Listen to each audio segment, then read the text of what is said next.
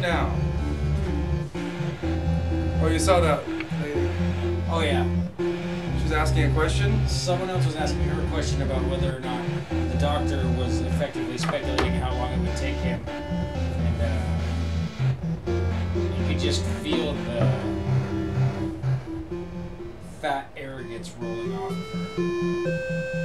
I could see why you and her would easily be in conflict because she expects everyone to obey her fat. You don't have to say anything for it to be obvious that you don't obey anyone, and most especially not her fat. Look, lady, my dad made the president cry. I have a hard time just saying yes to him politely. Okay? She wasn't polite. Oh, you're way more polite than I would have been. Now, come stand here. I'm going to show you how to brush your teeth. They're like, whoa. Before we do that, we're going to talk about your diet. Because I will totally learn how to brush my teeth as soon as you learn how to not eat.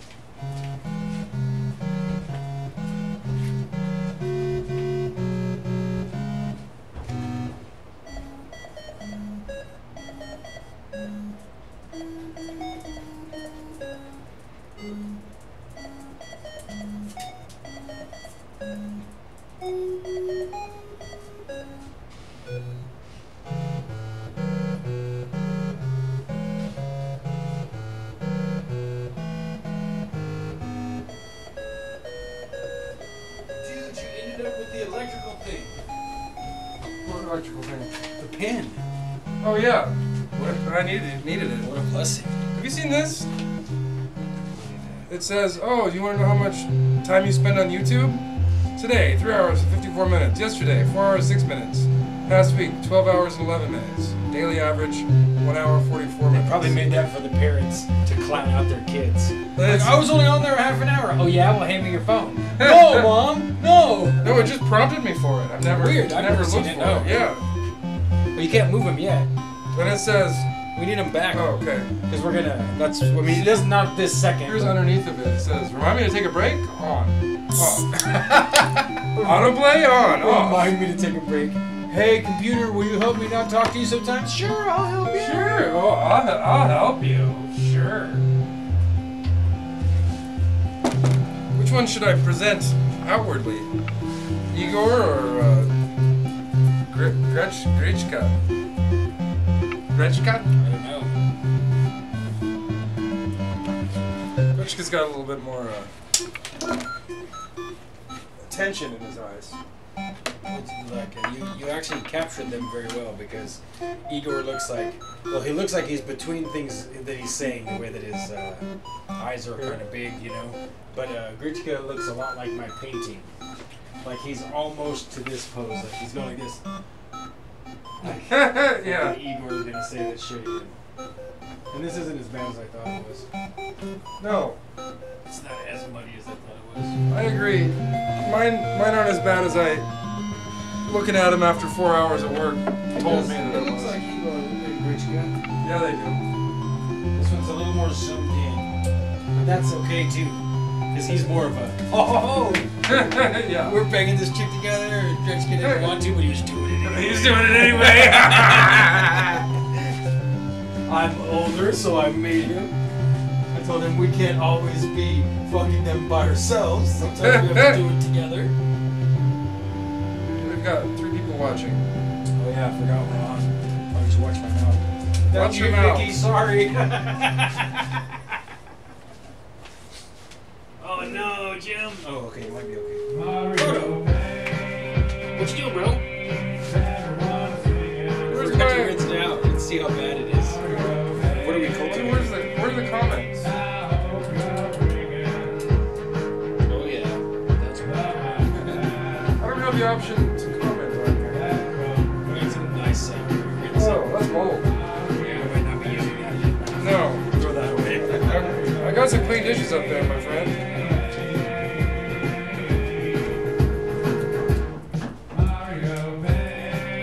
What's up, Zach?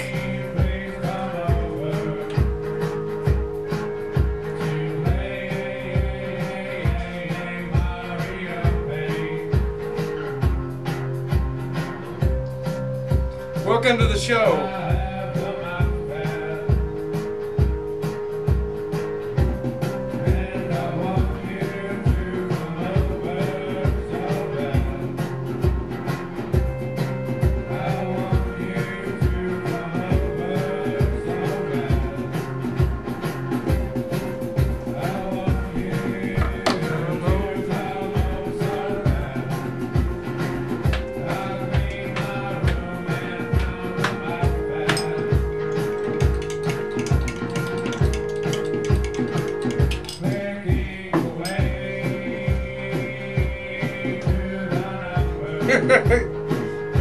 So do we.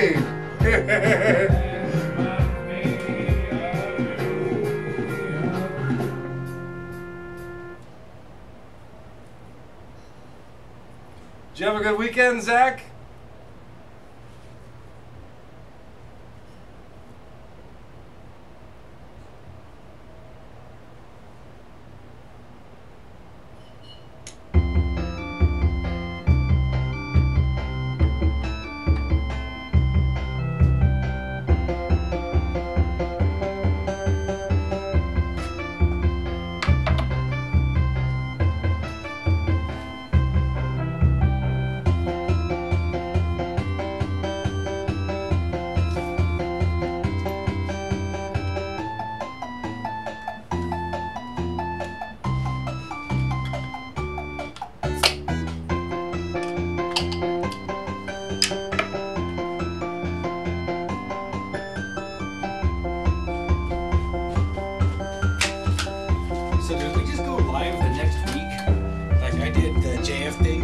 What's up? Yeah. What's up, Mr. Lombe? I'm one of them. When I said, welcome to the show, he said, he's one of them. We've got 3 people watching. Oh, I'm one of them. Meow, meow, meow, meow, meow, meow, meow, meow, meow, meow. This is about the weekend. I didn't think we could always just leave this screen up. Duh. I always go find it like I'm watching it myself. What screen? This screen. Like, the chat is there. Yeah. The viewers are there, right? Or does it show how many viewers we have? I don't see it. It's gone. We got 4 watching. Oh, at the top right there, I see it, okay. What's read no buffering? Zyklon B. I'm not one of them. Yeah, I haven't had a chance to catch one of Zach's shows yet. Oh shit. I'm gonna have to. Zach tunes in. Yeah, he goes on. I'm gonna subscribe right now, Zach.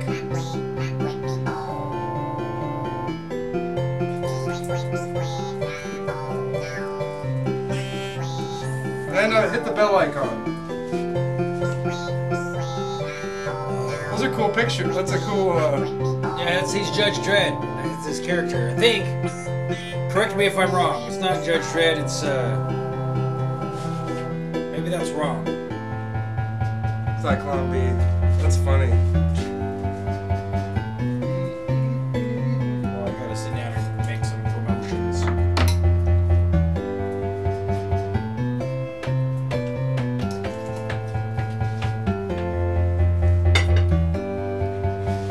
Red and green make brown. Go back to the show here. Oh, thanks. Oh, where's the new stool? Judge Dredd is the inspiration. Art by Lord Byron. Hell yeah. Duh. The new stool is upstairs. Kind of fits perfectly in this one spot. We don't need it. I was just curious. You see that nook up there? Where the old refrigerator belongs? Yeah, that islandy table thing? Yeah, I put the table in there. Hi, Frodo. Hello. Yes, I have a puppy. You are correct. Look at your dog. That's funny. What is He's like, whoa, whoa, whoa, whoa. Sean? Sean. You didn't tell me about this. Yes, he's my new puppy. I got a puppy. His name's Baja. Not Frodo. You're Frodo. Like, I know I'm Frodo. Who is this other dog?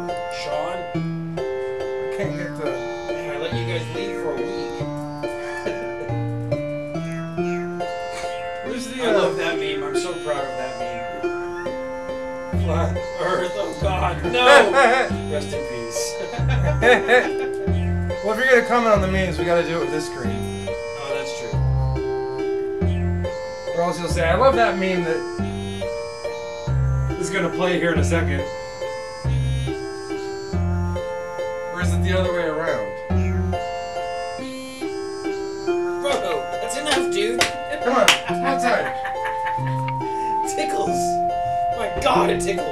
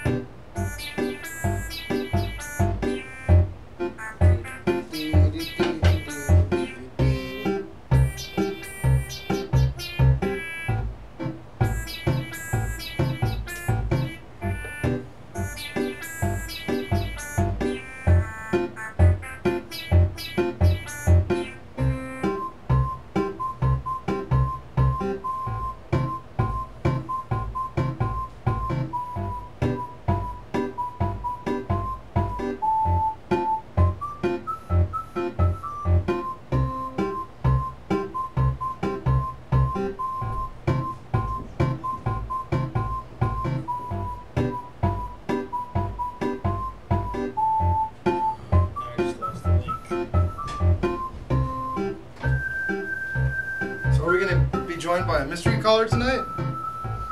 Oh crap! Probably not. Oh crap! Wait and see.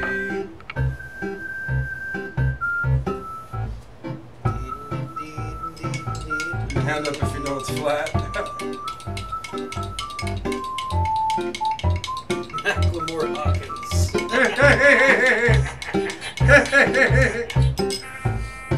We should do a show where we just sit here and watch the memes and never push the button. 3 hours. That would be fun. Ooh, look at the magnet. Magnet. It's a magnet. Hey Jim, look, it's a magnet. It's an amazing. It's Igor on the left and Richka on the right. What? I was talking about the black holes in Oh. the back. That's deep, I know. Most people wouldn't get that. I know a lot about the Brothers Bog. I was thinking about maybe getting some sweatshirts made, or Only Picture Show sweatshirts. You know, hooded sweatshirts. Yeah. With that on it. It would look pretty nice on a black sweatshirt. Oh, I agree. But Or gray. we might have to either resample or dump that thing into Inkscape and make it into vector art so that it's clean enough. I don't know, I guess we could. It'll be tight. It'll tighten up when we shrink it. That's true. It'd be a lot smaller than that. Well, I went and told it to be as big as a damn football field to print it that size. Yeah. Photoshop went, oh shit, man! And I had to leave and come back like my fingers crossed. Like, come on, little Sony Vio. You can do it. You can do it. I'm not asking you to do anything else. Just change this picture. Like, to as big as the house? That meme is super accurate too. I made that meme because Worski said that one morning on the cookie take. What? Someone asked him, "Hey Worski, how much to suck a dick?" And he's like, "Man, 20 grand." so I made that meme. I went and took a really tight crop of the icons of the mouth wide open and a banana and added the text like 20 grand's a lot of money, but not enough. No. Like to what? Wake up half awake from a dream and like remember that sometime in the past you sucked a dick? Oh. Nope. Oh. That doesn't even come close to cover. Oh, yeah. Or like eating something and then after the taste goes out of your mouth, it leaves the aftertaste of a dick. Oh. And it reminds you of what dick tastes like. No. No, no, no. Oh.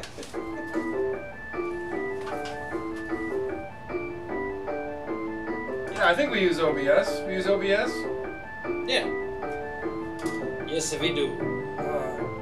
Zach wants to know how we can set up a slideshow for our memes to run constantly. How'd you do that? Okay, so the way that you do it, bro, is there's a setting when you're adding new scenes. Or actually, let me look over here. So yeah, we've got it. We made a scene called Introduction, and then what we have is we dumped all of our memes into a folder on the actual computer. And then when you set up the introduction, there's a choice under settings for a slideshow, and you just assign it the folder that you have all the pictures in. It's like for a photo folder. Yeah, it's a photos folder.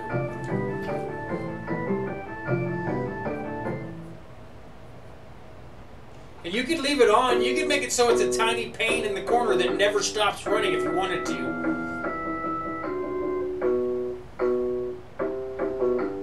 He says, no, I know how, LOL. I'm saying you can do it while showing cameras. Yeah, you can. Yeah, we could just put the memes on commentary and do it. I was gonna say, I'd be surprised that he didn't understand. This lawn beat guy is pretty smart. Canadian be a USB? That's funny. That way we never have to leave our memes behind. No memes left behind. Maybe we should leave our memes running during the show. It's pretty, they're pretty good, I'd have to say. I'm too vain. You're too vain for... I can't have the memes distracting people from me. Oh, yeah. Good point.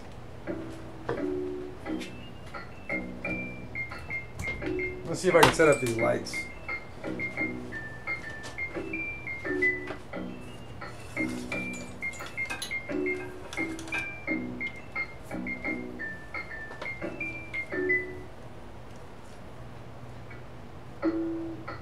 Zach says he leaves his behind a semi-transparent chat throughout the whole stream. Yeah, see, I haven't been able to catch one of his streams. I think I pushed the bell. Maybe I didn't. We'll have to check it out. Because if it would have popped up, I would have at least opened it, even if I couldn't watch the whole thing.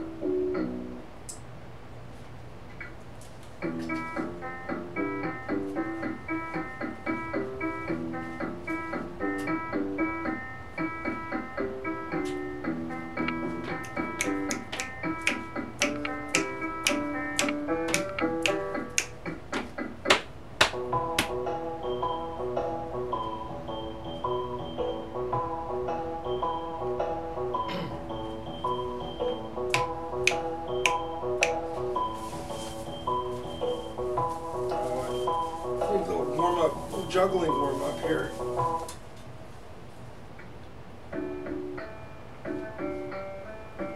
Cheater. No such thing as a way to cheat juggling.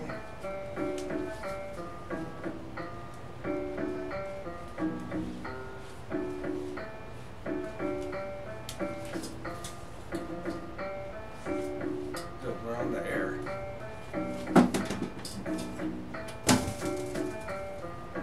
Now I got a Instagram for my thrift store booth. I gotta be careful. Where you send what? Huh? Yeah, well, don't go post that you're live now on our Arts Only Picture Show to your thrift store friends. And be like, I'm not buying anything from that guy. That's the guy that has the women's shoes. That's the women's shoes. And other non-tawdries. What are they, sundries? What is a sundry? Like sobs and lip balms? Sundry just means like... Something that's dried in the sun? No. That makes sense. It does make sense. And sundry things. It means like... It means stuff. Like extra or things that go with. We need to move our microphone closer. Oh, you're right. We gotta swing that out here.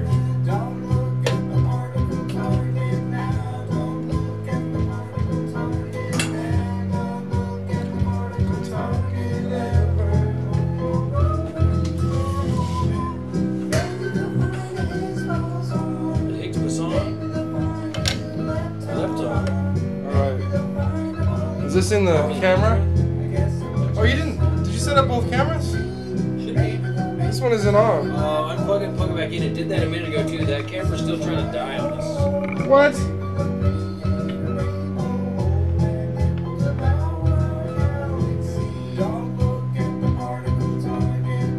It is. Did our camera die? You unplug it and plug it back in? Yes. Yeah, that sucks.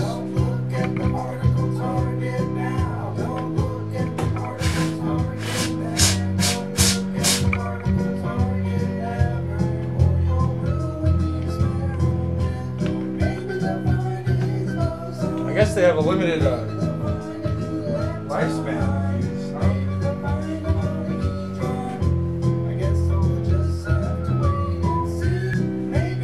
So we got the lens cap on or something? No lens caps! That's probably why he died. No lens cap. Yeah. There's a button on it. What does that button do? There's a button on it? Yeah. I did not know. What are we gonna do now, Sean? We gotta set up It's like I'm the only one on camera now. We have a spare camera? My house. How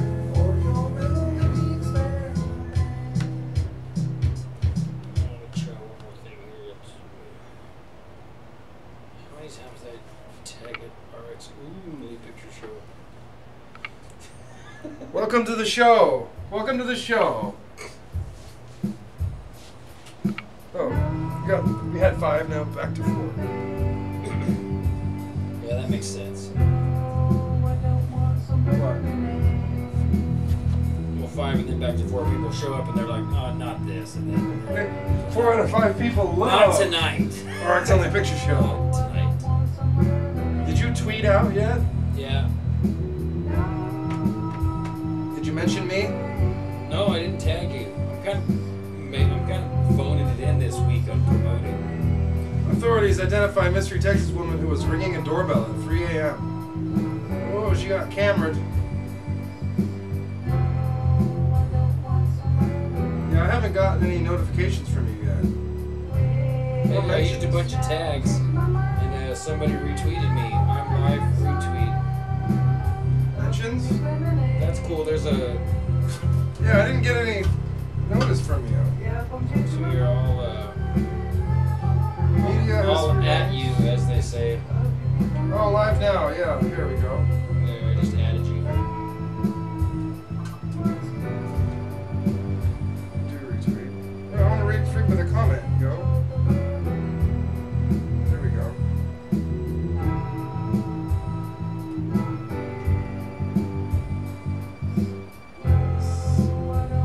Yes, we are live.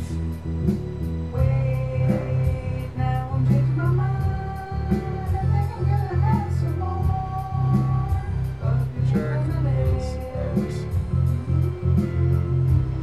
Hashtag conspiracy.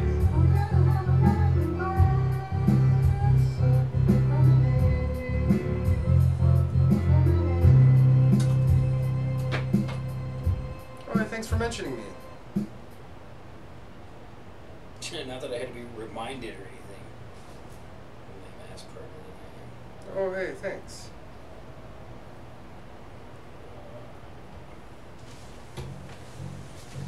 Yes, nice, nice. That's a good picture. Is that Instagram? Yes.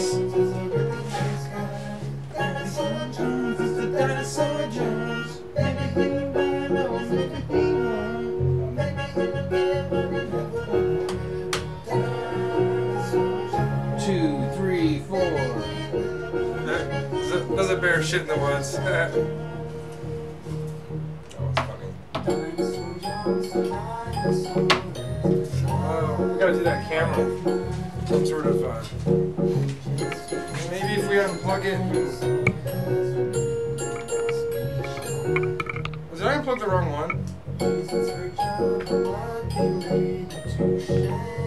If you unplugged it, it would probably it'd bail on you. So unplug it, plug back in, then you have to go over here, go to this one, and then so the one that's on is well, let's see. Piano I cam. thought I messaged her. We switched cameras, so that one was the piano cam, but you switched it.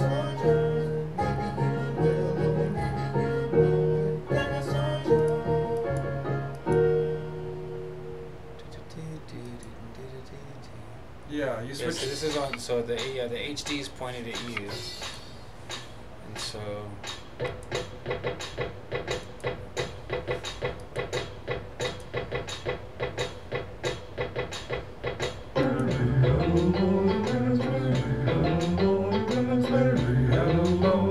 It's weird. It's not letting either one. It's not like in either one. Oh no.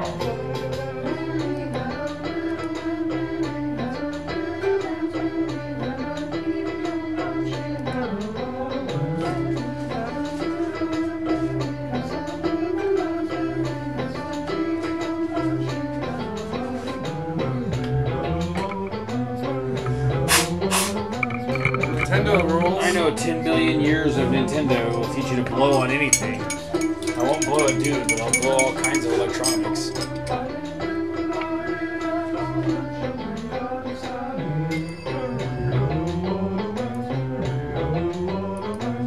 What about use I wonder preset? why that doesn't. That should at least make it so that they're both this one. There's no preset. Oh, there it is. Yeah, that's weird that that worked. Oh, use preset for both of them. No, I mean, go back to that one so they switch cameras.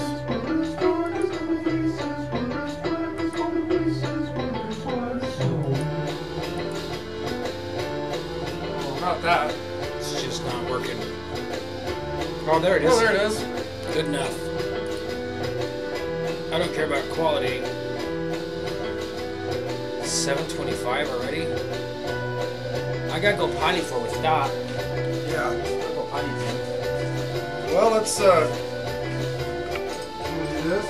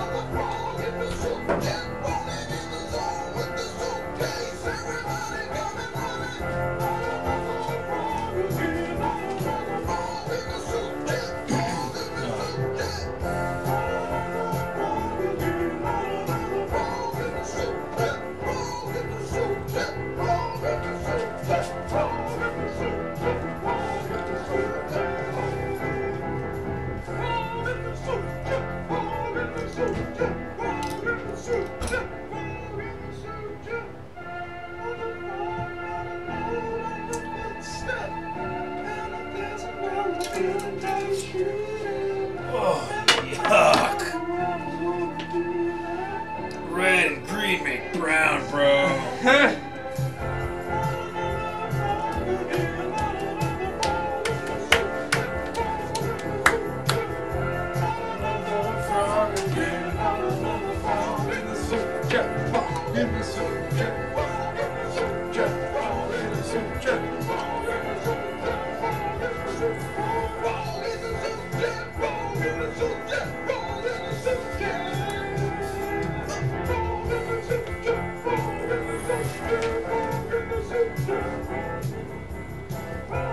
We're close, dude. Come on. Figure out that. We should just start this way. Can I keep my balance and do this? Oh, cool. Did we forget to take the live on the air thing down last week? No, I took it down. Oh, so What, did you put it up? Uh-uh. Maybe we did forget. It was a long. We've been on the air this whole week. Oh, I'm no. so tired, bro. No wonder. Alright. 7:31 p.m. Pacific Standard Time, so that makes me into a liar. Not really, because we were live. You guys like my new hat? Hi, everybody. Do you like my hat? All three of you watching? Whoa, Sean, that's a cool hat. Yeah, I made it myself.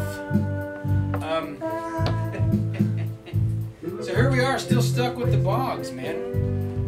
Look at these beautiful sculptures. Can you see them? These sculptures are not for sale in clay, but if you wanted one, say, in bronze, or if you're a cheap ass with no money and you wanted one in plaster, I guess, you know, for half the price of a bronze, you can get one in plaster. Yeah, and they're way more fragile than bronze, so I don't recommend it. Yeah, so what do you guys think of our new theme of just doing all Boggs all the time? It's not because we want to. We got sucked into a black hole here. Should we finish it? Are you done with these sculptures? Not yet. Not done? Not done yet. I couldn't find the volume control, Jim. Oh shit. Jam? Is it upstairs? Volume control? No. I don't It know. would be because the sound bar's not upstairs. Sound bar's downstairs. I used to drink at the sound bar. Yeah. It's like So I guess we definitely cool. Oh, we can do it with the mouse at least for now. I can do it with my finger up here. Yeah, I was just thinking too. No, I guess we don't want to do that. Let's just do it with the mouse so that we're just only turning down the. Oh, here's the sound bar. Thank you. Yeah, you're welcome. This is why we work good as a team. You know, you gotta do something when you're working in teams. I got the color I here. can't tell if my sound is out or is you guys. Oh, okay. Well, here, let's. Thank you, Zach. Let's see. Have you been hearing music the whole time? Oh, it was me. So, yeah, our mic is definitely live, and big secret insight to the RX Only Picture Show thing. We did this all with one mic. Yeah. Sometimes when I laugh, it goes red. Yeah, back and listen. And unless I go, hey! It doesn't backs out. If you do that, though, it does. And I feel bad. So if you're wearing earbuds, I apologize, and I won't do that again. Actually, I'm lying. Did you see that? Oh, there we go. Look at it. You see that, Mike? Here you go. Oh, yeah. Hey! Oh, it was like double red. Pot's out. It's red like, zone. That's too much, dude. Sean, It is potting out. no Pantera karaoke tonight. Pantera Bull karaoke. Hold your mouth for war. Yeah. We're gonna turn this down. Oh, this is a great song. Everybody sing along. 2, 3, 4. Diving on the boardwalk with my dad's best friend. Travis Harmon, ladies and gentlemen, famous from Red State Update. Wrote the lyrics to this song and sent them to my brother, and we recorded it at Walla Walla Guitars Studio. This is what we ended up with. Me playing the bass. Yeah. Well, I actually wasn't there. I wasn't there. Yeah, Jim was only there in spirit. So we're gonna let's fade this out a little bit. Let's talk. Jim, are we gonna finish this? You're not done with the sculptures? Not yet. I need to finish them. They don't look quite done to me. And this painting is close. You're not done with your paintings? No, I'm not done. They don't look quite done to me. This painting is close. It's real close. I think I'm gonna need to move his hairline and then do some touch-ups. This one is not what I would call not even close. Let's put that on Jim's cam. That's. You want to just like, hold it like this? Well, for the whole show? A little bit lower. A little you bit could. lower. Well, if you hold it like Just that, like I can this. finish it. Should I finish it tonight? No. You just said that because you're holding it. Let's see here. There you go. Get to work there. Yeah, it's kinda still a little muddy. I can dance behind it. Dad's best friend. Yeah, I don't know, man. It's pretty.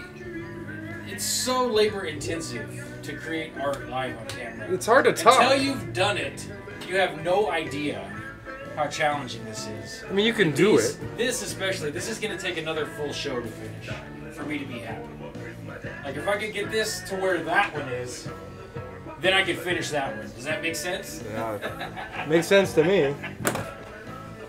And your guys, they're so beautiful, but I know from looking at other work that you've done that, well, that if you're going to go the full Monty and excuse molding them, that they're not done. I'm gonna have to mold them. If you're just going to squish them back into clay, then they're totally done. But if, which I know that's not going to happen. You didn't put like 7 hours in. That's actually really impressive for probably just about 7 or 8 hours of sculpting. Yeah, maybe 8 hours. I mean, well, I did think about them for a while. You should we better actually delete these episodes and smash those. That shows how much you can get done in one work day. Oh shit! Smash them. That's why it's hard putting in a full 8 hours. So this is the debate. Are we gonna continue to work on these? I'm not really ready. I'd have to like do my wife beater thing. If I was gonna paint, I can't paint with this shirt. I'd have to, don't get all saucy on us. See, Jim doesn't even. Let's not paint. Then. You're gonna get naked, kind of. Yeah, this isn't that kind of show. Dude, could you imagine being a girl and passing out with a wife beater on, and then like you wake up and your tits are just out like having a party without you while you're asleep, and then you sit up and they're like, whoa! Woo! Like one's swinging around and the other one's like, I'm trying to get out and join you, and you're like, whoa, whoa! Yeah, I like can't. Your brother-in-law's there and you sit up and he's like, yeah. that'd be weird. Pretty weird. I mean, it's bad enough if you have a man boob that just barely tries to peek a little bit. It's like, whoa, hey, dude. Or if you leave the barn door open and. Oh yeah, that's. You know, as a man, that's pretty. I would say that's worse, probably, pretty than having embarrassing. your boobs fall out. Because I mean, it's not. You know, a woman can't imagine her vagina falling out. Yeah. She can imagine it being showy because she's sitting too comfortably in gym class, but she can't imagine it being like, Whoop. here I Yeah. come, oh, just hanging out here. I'm leaning against the zipper, like, do. What are you doing? Yeah, one time the zipper broke on my motorcycle pants when I went to a bar. Oh And no! all these girls were smiling and laughing at me, and I thought that I was like, You were hot shit that I night. thought I was hot shit, and I went to the bathroom and I was like, ah! My white boxer shorts were showing in Oh no. the behind my black leather pants. That Like, when you're young, you think it's just guys, and that girls aren't checking guys out the same. And I would say that potentially girls are worse. That it's not the same. be. Guys are consistent. Like they can't stop looking at the tits and ass and the tight jeans in the front. It's impossible to stop. They are looking like tits, ass, tight jeans in front, tits, ass, tight jeans in front, and it's a perpetual cycle. Whereas girls are like, his package is big. Yeah, it is. And his friend, not so much. You know, they're like mean like that. Like, he's sexy, but I bet he's fat under his shirt. Look when he turns to the side, you know. So that's why men do this. Because they know that when they turn to the side, girls are like, never done a sit-up, huh? Yeah, I've unfortunately had to sit by a table full of women having lunch before and heard the vile conversations that they have. Well, I was raised by all women, so it gets much worse than anything. You don't know anything until you've been at the drinking that happens after a bridal shower. Oh, jeez. Women talking about all manner of unbelievably bad things about sexual things and bodily function things and the way they treat each other. Like men are actually benign and pretty kind by contrast to women. Yeah. Women are cruel, scary creatures. They're way more cunning and intelligent and manipulative than men. Because we're easy. We really are like, oh, you want to see my boobs? And we're like, yes. Yeah. And then we don't think like, because you're trying to kill me or anything like that, and that might be the reason. You know? We're just surface level intelligence. Yeah, exactly. It would be great if you needed something fixed or like, you know, need some money. Yeah, like the mechanics of fixing a car. Yeah, A goes to B, goes to C, and that's pretty self-explanatory. So it's easy for us to think about it. So I was gonna glance here at so it's looking like in this debate, this discussion we're having, it sounds like we're not gonna make art this week. We're gonna put the Boggs away. You think? Until when? Yeah, we're probably better, or else we're gonna spend all day not talking to anybody. Or not gonna talk, and I mean, I don't want to become like what was that guy's name? The other channel? That's all he does now. Like he's depressedly dragging himself to his computer to make yet one more Bogdanoff episode because that's what is. Oh, the real Harvey Dent? Yeah, the real Harvey Dent is like he's fallen into a bog vortex of depression. Yeah. It's like, oh, I think I'm tired of these Bogdanoffs, but you guys love it. What do you think? Okay, so we're gonna have to finish these later. Tune in some later episode. Yeah, I'm putting them away. I already put the paintbrush away. I'm putting these things away now. I'm not messing with these this week. We're gonna have to do something else.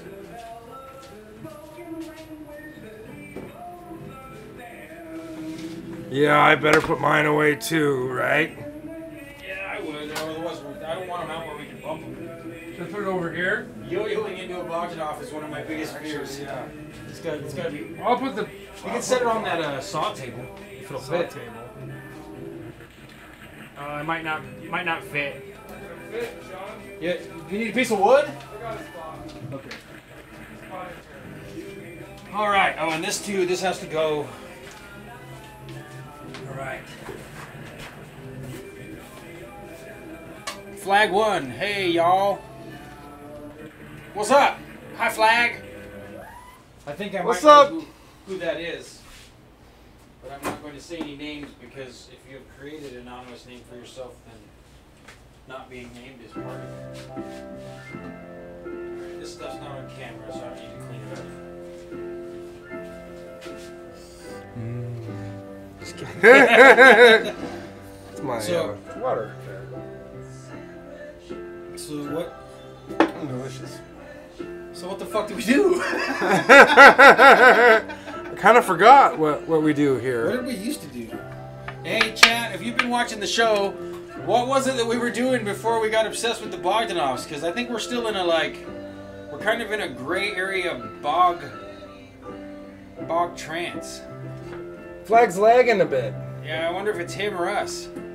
It does show that our stream is yellow, not green. Shit. Again? Is that our stream? Why the did red? No, the yellow long bar. Zach Lonby says, why did Lady Diana cross the road? Because she wasn't wearing a seatbelt. Oh, goodness. That's funny. Let me move this a little bit farther away from me. I woke up the other day with this song stuck in my head, and I wasn't sure if I should be pleased or disappointed.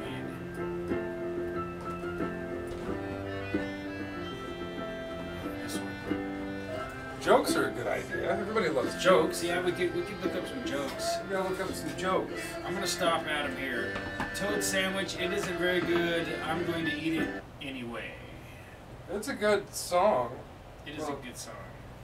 If you like catchy songs. Yeah, if you're looking for somebody to write a jingle, I think Adam starts at $500 and it's up to $1,000 if it takes more than a day to write it. Yeah. And if for every day that it stays in your head, you have to pay another $5,000. I think it's 3%. Oh, 3%. 3% a day on net profits for every day it's proven to be in someone's head. Which is that's smart on his part because he knows that means forever. Yeah, he'll just be singing it, walking around singing it. I never thought to look up Lady Diana jokes. I'm kind of scared to look up Lady Diana jokes. Put you on some kind of lizard list. I remember my grandpa said, did you hear what color the teacher's eyes were on the Challenger shuttle? They were blue. One blew this way and one blew that way. That's funny. There's another really good, why did the chicken cross the road to get away from Colonel Sanders? That one wasn't bad. I always thought that was kind of funny.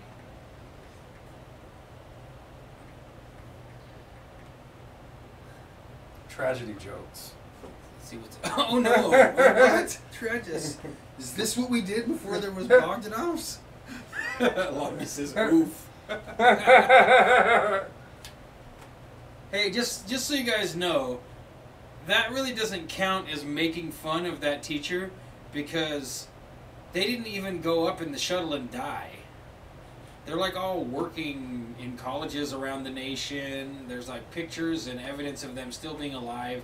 And there's even video footage of them showing how, if there's an emergency during takeoff, how the astronauts can evacuate the shuttle and go down this slide that takes them to a secret recovery room. Remember watching it together? Oh, yeah, the slide? Yeah, there's like, okay, we're going to take off in the rocket. And it's like, oh crap, there's a problem. And like, let's unbuckle and go down the slide. And they... It takes them like 4 minutes to slide down the whole slide or something like that. Yeah, they go down the slide. Yeah, it's a huge slide. I mean, obviously it has to get you away from the bottom of a rocket. You know, the rocket is real. None of us are debating that they really built a rocket. there's like this chamber underneath the rocket pad with these huge memory foam recliners sort of things that they sit in, strap themselves into so that when the rocket takes off... Yeah, that they're not rattled, their feelings don't come out. Yeah. So Zach Lonby says they died on the way down, not in the explosion. Now that doesn't make any sense. They died on the way down the slide? Oh, that's probably the Challenger joke. The challenging Challenger joke. Definitely my side lagging, he says. Flag. So what did we used to do? Oh, we used to like, I remember we play with yo-yos. Or I would. We did. You're a juggler. I used to. Is that right? Are you a juggler? Juggle sometimes. Yeah, you're a juggler. And a long time ago, I remember we used to play music. Do you play music? Wow, yeah. It's kind of coming back now. I'm in the bog fog. Bog fog. Beware the bog fog. Beware the bag. Challenger bog joke. fog. They died on the way down. It's astronauts all the way down. It's astronauts all the way down. Yeah. They're everywhere on the way down. They're over there. They're over there. They're over there. Some of them is over here. Maybe we should find a video of that. Somebody talking about the. We could. Didn't we used to show videos? And like commentate. Yeah, we would do video stuff. Yeah, because it's. Let's look at the frames in the scenes over here. Oh, shared commentary. We definitely used to do that. Oh yeah. And we have an introduction. Well, we still were doing that. And sometimes we'd have people in the hangout. Oh, that must have been a long time ago. Well, we got... Oh, Melvin the Mervin. Did you guys ever blow each other? Serious question. You have that kind of chemistry. No, Mervin the Merlin, and we're very sad. Chemistry. We're sad to hear that you think we have that kind of chemistry. No. We've never blown each other. We are not gay in any way. Correct. Don't have any problem with gay folks, but we ain't them.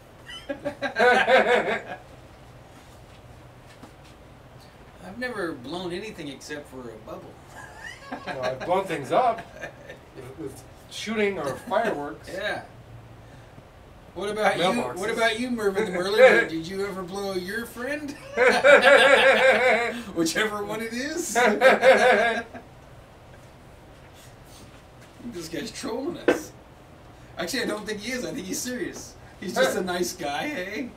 You guys ever blow each other? No? Yeah. No. Never did. Because that comes up a lot in conversation.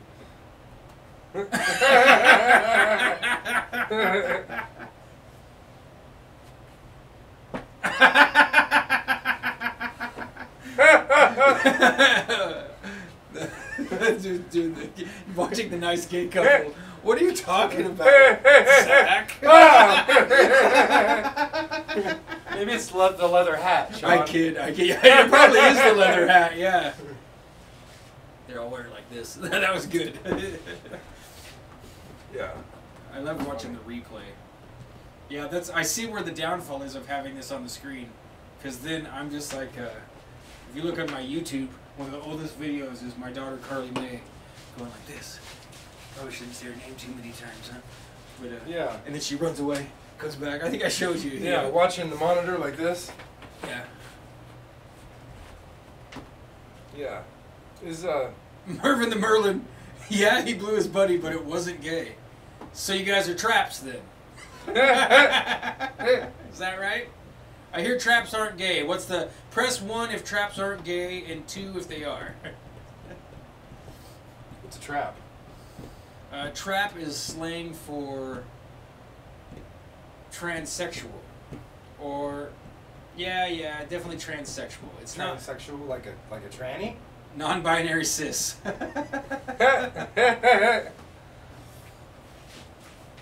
That doesn't work, does it?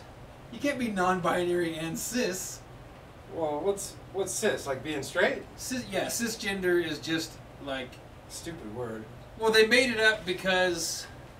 Because they want everybody to be sissies who are straight, right? Well, yeah, to me that's the way I see it, is it's like an insult. Yeah, it's a slap. It's being used more commonly now as an insult. Now, whoever made it originally might not... They just wanted a word that the same as someone calls someone homosexual. Straight sexual. Well, heterosexual. Heterosexual, yes, yeah. I've always been confused by cisgendered. Is it? It's a way to identify people who don't necessarily suffer or understand the challenges that people who aren't straight face. Intersectional front hole.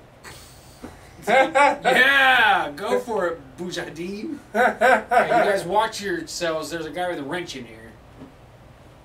If you can dodge a wrench, you can dodge a ball.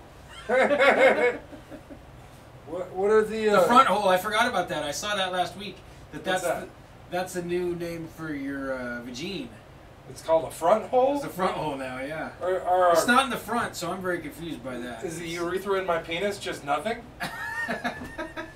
But it's not like a... Well, if you ask Gloria major hole. Steinem, I'm sure she'll tell you yes. And then you should be quiet and listen more. Spackle that shit up.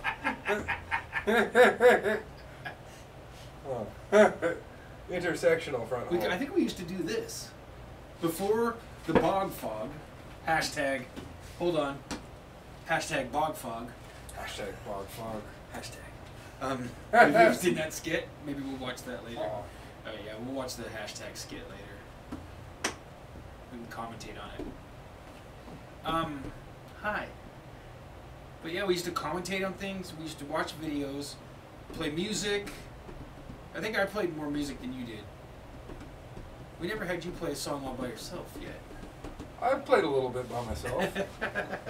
I didn't enjoy it though, because you're like, just said, play some music, and then left. That's I was right. like, whoa. Okay. Dick. Bing, bing, Sean, bing, bing, you're a dick. bing. I feel like there's still bogs out here. There's no bog stuff out here, is there? Feels like there's a ball does, doesn't it? lingering somewhere. Yeah. David Bogdanoff. David Bowie. David Bowie. Oh, juicing! Thank you, Busha Hadid. We juiced one time. Oh yeah. We're That gonna have to good. do juicing 2.0. If we did 2 bog shows, 2.5 now, we've been talking about them. We said we'd quit and not work on them, and we're still standing here talking about them. Yeah. I'm getting my yo-yo. That's a good idea. Maybe I'll juggle then. Should we move this black thing? We could. Is it in the way? Maybe we should just move it straight back. What do you think of that?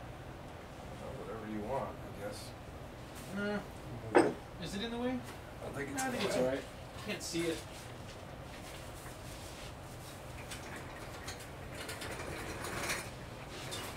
I'm talking about Jews.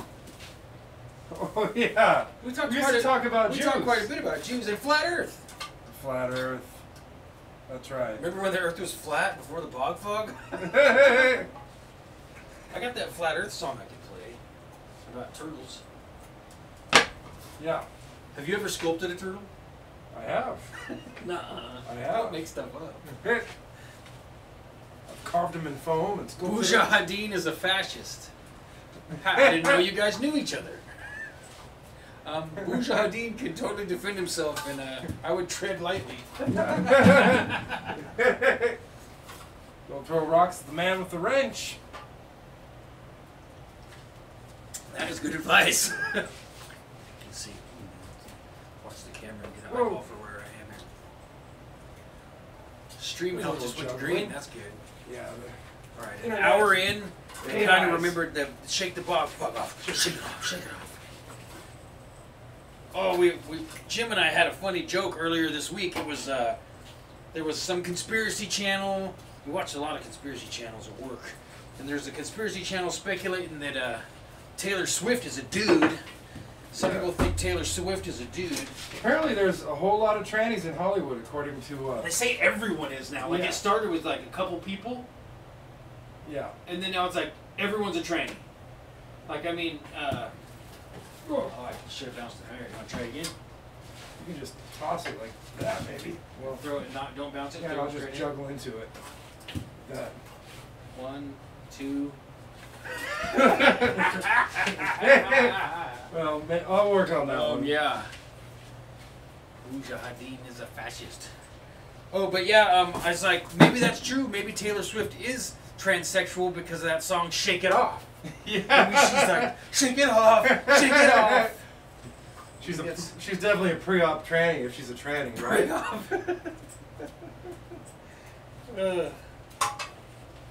Well, I gotta whisper something here. Now, this looks gay, but it's not what you think.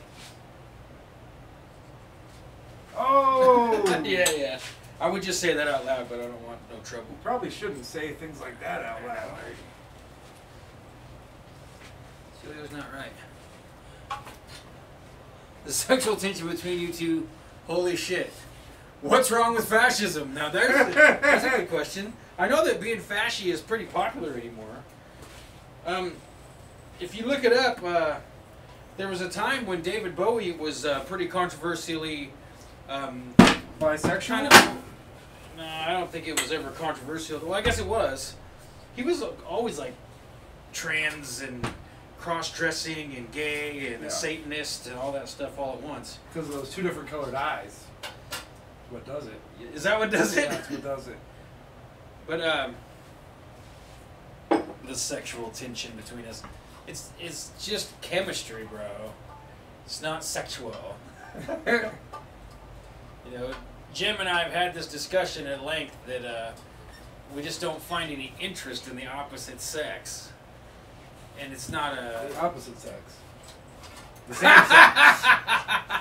Damn it, I gave us away. Sean. That's it. RX Only Picture Show's over forever. Shut it down. Bog here? The missing bog ear? The bogs are always listening. This Careful is- what you say. This has got Frodo hair all over it. I'll go back and finish the painting if one of them just chimes in and says, "Please don't stop." Oh man, we finally stopped focusing on Bogdanoffs and everything's turned homoerotic. We might as well just watch UFC and wrestling.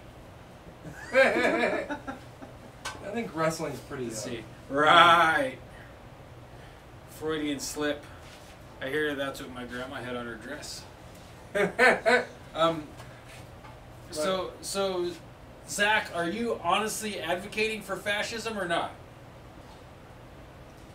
Because there was I find it fascinating that there was a phase in Bowie's career where he was totally dressed in kind of like that Hugo Boss Nazi-esque looking uniform and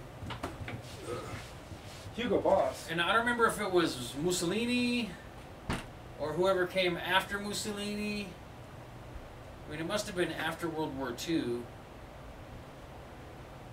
But it was a pretty big deal. I mean, I don't know. I see everything as kind of staged now. So back then I thought, oh, how weird that Bowie was advocating fascism. But now I see it they probably planned it with Time Magazine and the record company to this is the phase where we're going to have you be more of a fascist. Was he a fascist? It wasn't at one point? full-blown fascism. It was more soft hinting at it, just kind of making it look okay. Like John Lennon's communism sort of Yeah, kind of phase? like that, yeah. And now that's deep. So here you got two super-duper stars, and one's soft communism, one's kind of soft fascism. Good witch and a bad witch. And a homoerotic sandwich. Alright, I feel better already. Maybe we should look up Bowie fascist and see what happens. Maybe we better start reviewing some stuff. We could. Let's see, I'm gonna double check something. What are you gonna check? Cargo cultist. I've got a. I've heard about those. The cargo cargo cult. cults. The cargo cult is cool. Somebody liked our Instagram post. Named Cargo Cultist. Cargo cultist. Let's see. Jesse Waugh. Jesse Waugh is an excellent artist. If you guys haven't checked him out, he's been doing some super photorealistic, they call it hyper-realism paintings. He's part of the Polkarist movement. I would also consider myself part of the Polkarist movement. I don't know if Jim feels like he's a Polkarist or not, but I don't even know what a Polkarist is. Polkarism is the belief in and the support of beauty, in believing that you can't call something that's ugly beautiful and vice versa, that beauty has definite boundaries and form to something. There's such thing as a beautiful face and a less than beautiful face and an ugly face, and you can't just call the ugly face beautiful. There's true delineating factors to what beauty means. They call it pulchritude. You've heard the word pulchritude? Same root, polkarism. And so he wrote a manifesto about being a person who feels like he's trying to, in art, artistically, bring beauty back to the fore. That back in the day, obviously, it used to be a tremendous focus of art with all the ancient masters, and the Renaissance and all of that. And then it got connived off into modern art, with maybe some people genuinely looking for a new way to create art, and then a lot of money laundering, intelligence agencies, and weird shit going on. And if you don't believe that, look it up. It's the modern art world is a huge sham. It's a huge cover for other bullshit. So the Polkarist Manifesto is well worth reading. And Polkarist Manifesto. Yeah, but yeah, Jesse Waugh. He's the very first interview I did, even before the Andy Worski Flat Earth show, and on his, if you look up Jesse Waugh Radio and Cargo Cult, he interviews a guy that he's a guy that either wrote a book about it or did a lot of research about the cargo cults.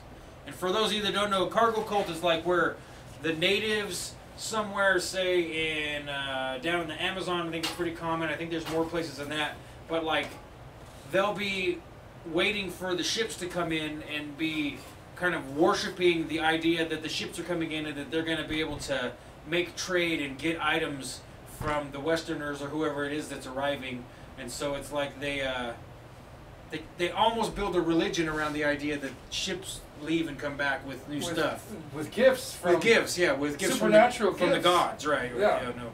Technologies that you had never seen before. Which is like magic. That won't go away. Get this piece of clay away from me. I guess I shouldn't worry too much. I wasn't sculpting. Maybe that's not part of the bog fog, huh? It's hard. The bog fog's a real thing. It is a real thing. Have you ever heard of John Paul Rubens? Ooh, that name sounds familiar. Who is John Paul Rubens? He's a painter, and he's kind of famous for painting Rubenesque women. Oh, that sounds so familiar, Rubenesque. Now that you say that, Rubenesque are like all of his women that he paints are super healthy. Yeah, you're right. You know, big, beautiful women. Yeah, that sounds really familiar. So I think he's a Renaissance painter. Maybe we should look up some. Yeah, maybe we're gonna have to do some comparative stuff here. Huh? I'm gonna have to get a new. I'm making a non-Bogdanoff piece of art for our chat right now. Well, that's a non-Bogdanoff art. That's a great idea. Yeah.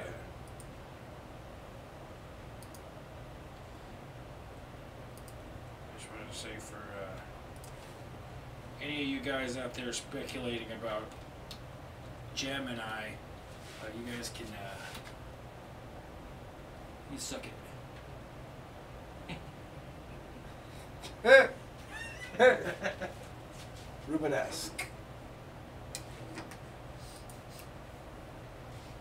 I want to dedicate this piece of art to AC Supergroove, wherever he is tonight. That's for him.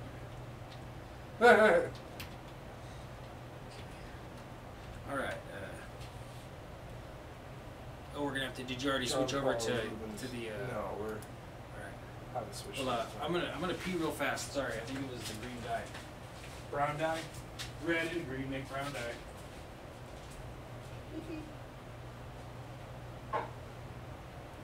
Cold sandwich. Cold sandwich. It isn't very good. Going to eat anyway. Let's see. I'm trying to find some Rubenesque. Ruby.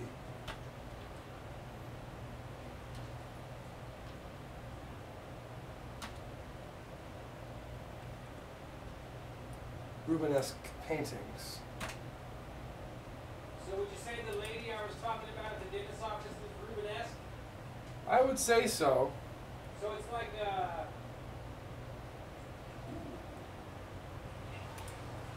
is it like fertility dolls? Yeah, they're pretty. Fertility goddesses? I just typed in Rubenesque, and we'll. All right. Oh, I have to drag the. Okay, so if you go from. There. Oh, dude. Oh, Can you no. do it? You can do it.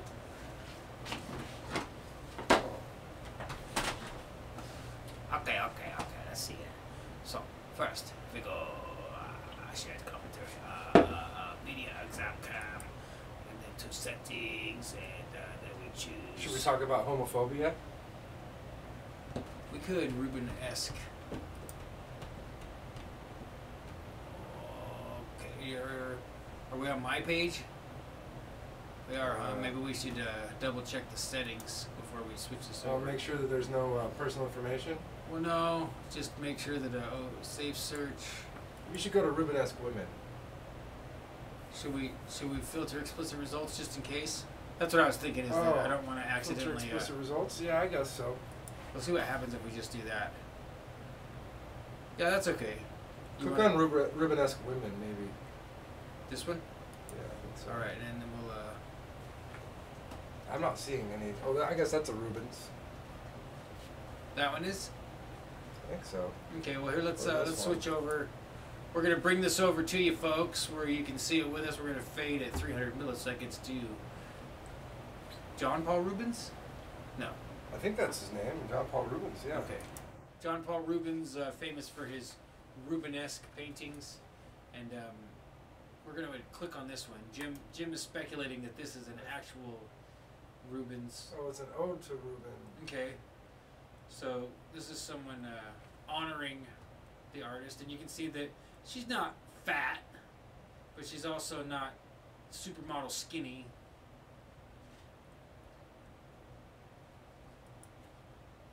Let's see. Rubenesque. Oh, he didn't go Rubenesque women. Oh, that's because I clicked it down here. Oh. So maybe we should just get. Should we look up just his paintings? Yeah, Rubens. Is it definitely John Paul? Is it John? It has to. Yeah, John Paul Rubens. And let's add art. Let's see what we get. Okay, yeah. This looks familiar. This is Daniel in the Lion's Den, it looks like. Peter. Maybe his name is Peter Paul Rubens? These damn three named artists. Anyway, let's, maybe the Pope is confusing us. Peter Paul. His name's Peter Paul. Peter Paul? Okay. Okay, so that would explain what Yeah, we're French not getting. Baroque. It's I don't know, this is really close. French. We better be careful. we're in bog territory, aren't we? We're just, like, we can see across the border from here. Descending from the cross. Oh, I had the Three Graces. I definitely recognize this picture. That's what I clicked on. 1635. Man, that's a long time ago. Yeah, okay. So yeah, this is how I prefer my women. When I was younger, I liked really skinny girls, but it turns out they're always lying, crazy, drug-addled whores. Oh, you're just jaded. I was just kidding. For any of you skinny girls out there, that's not true. And don't come back. Close the window now, don't come back.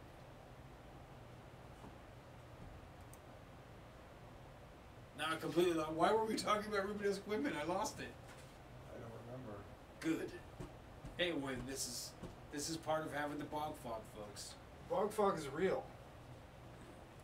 We're doing our best to not deal with the Bogdanoffs, but it's not. We're at like what 68% right now of avoiding them. Well, we haven't avoided mentioning them, so Yeah, we're not winning. not winning yet. Not winning. So we got 4 people watching. They probably want. So Freudian slip. Mervin the Merlin says, you guys are very entertaining. If you made your video format shorter and more focused, it would reach a larger audience. I'm not hating. I just really see the entertainment value in this program. Hey, thanks, Mervin. Yeah, thank you. We appreciate that. And I wanted to see the audience that could. Well, that's actually part of our long-term plan, just so you know. You know, the quick synopsis, and I'm sure some of you have heard this before, but it went like this, like, I knew I was going to go do an interview, debate about the flat Earth on Andy Worski's show. Right before that, I did my very first internet interview, audio only, with Jesse Waugh, the artist, who I love and admire. And then the show with Andy Worski and JF Garepi like gave us the fever, like the live stream fever. And so we decided, let's keep this going. And what we had originally, RX Only Picture Show, was going to be, it was more like a band with still some comedy and some sketch acts and stuff. And we started doing this, and the shows tend to run about 3 hours, and we really just went for it instead of getting paralyzed. And I recommend this to anyone trying to do stuff. And I know Jim agrees with me that, like, if we say tomorrow that we want to shoot BB guns, we can't be like, but first we have to buy ammunition and clean the guns, and we have to make sure that the place we're going to shoot them is safe. Let's put some cones out so no animals or people are in the zone. Don't get paralyzed by imagining what you're going to do. Just take the risk, even if you fail, step out and do it. Well, think about it first. Yeah, I mean, a little bit of planning. Plan a little bit for everything, but so jumping into it's always good. So, should we call this guy MDM, Mervin the Merlin? MAM? Wait, are you a Freemason? Are you a 33rd degree Freemason? Mervin we talked about Freemasons. That's another thing we should talk about. Did we? We talked about Freemasons a little bit. Well, they come up. It's like they're always around. There's a lot of them. This is how I imagine Freemasons always like. Hey! Well, it's hard to say.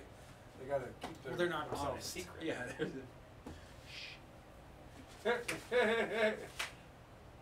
Yeah. Roll up your pants. Your left pants leg. Maybe we No, should- I'm in the Hermetic Order of the Golden Dawn. Well, hey, thanks for telling us. Well, that's something too. Sometimes I use envelopes that are hermetically sealed. Yeah.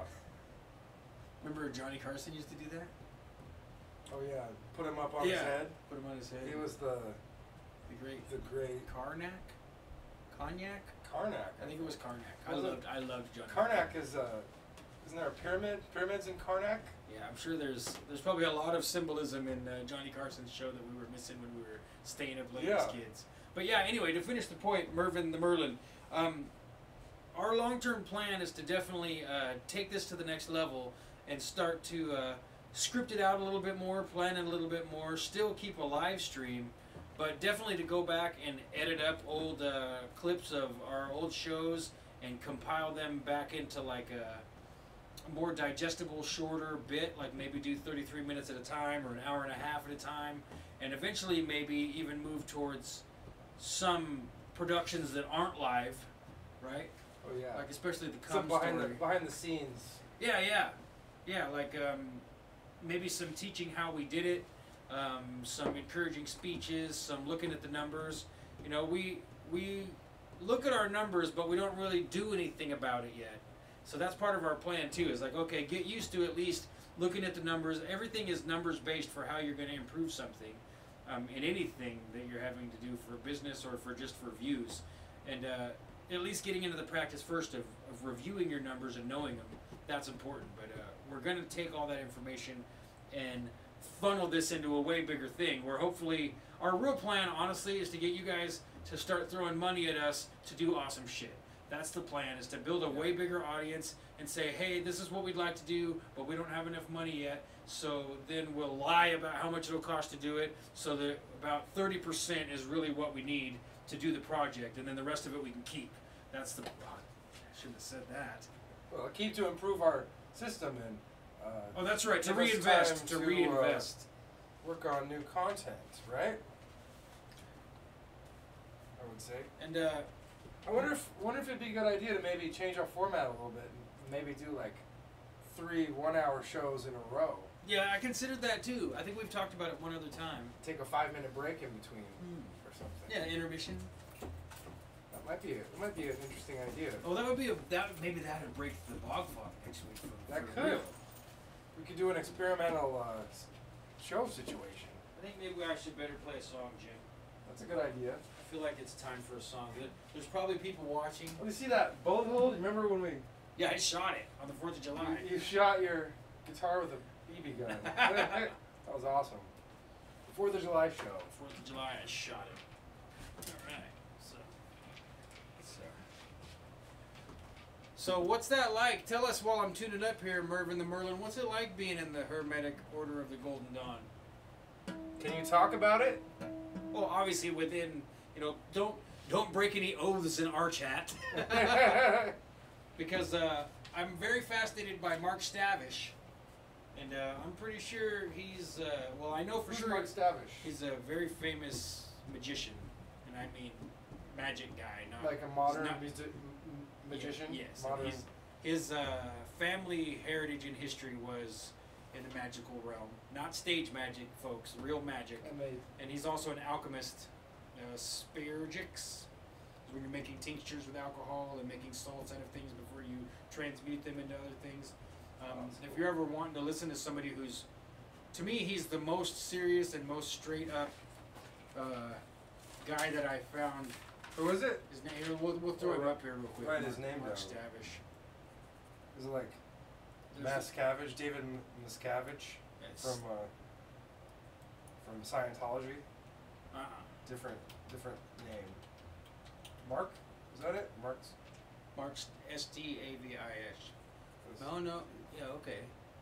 That doesn't look like ST. that guy right there. VA. Maybe he's just getting older and ST. that's what he looks like right now. Yeah, Institute for Hermetic Studies. He's got lots of books on Amazon. Oh, he's on Facebook. I did not know. No, there's a lot of people on Facebook, I heard. There are. There's like billionaires on Facebook. Is that weird or what? So real quick before I play a song. Billionaires eat dinner too. I gotta show you about it. So this is the first link that comes up.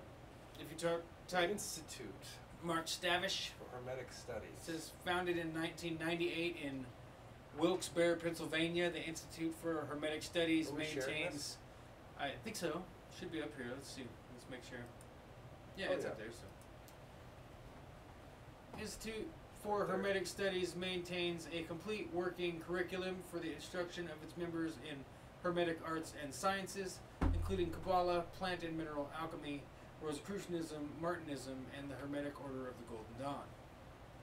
For information regarding our program study, there's an events calendar, contact information. They've got like the Web 1.0 website, which I love. The Vox Hermes electronic newsletter. Oh, that's The Voice of Hermes. that's Interesting. it's the magical. It's like a magical body positions. Vox. It is? Yeah. I didn't know that. So. Yeah. Well, What's up? it's Vox and something else. Oh, shoot. Vox body positivity. Yeah, I think so. I wonder what that means. It's This is what we used to do. We used to just go down rabbit holes together.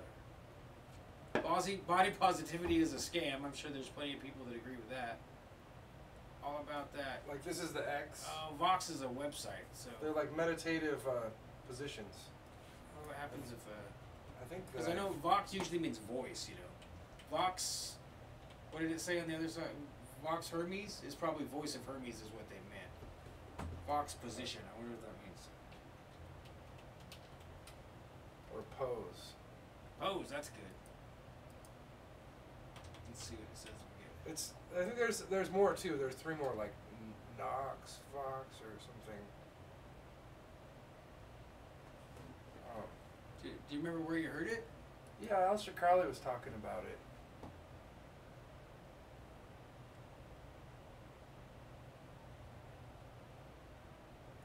Was it were you guys like a coffee or something like that, right? This. Hey.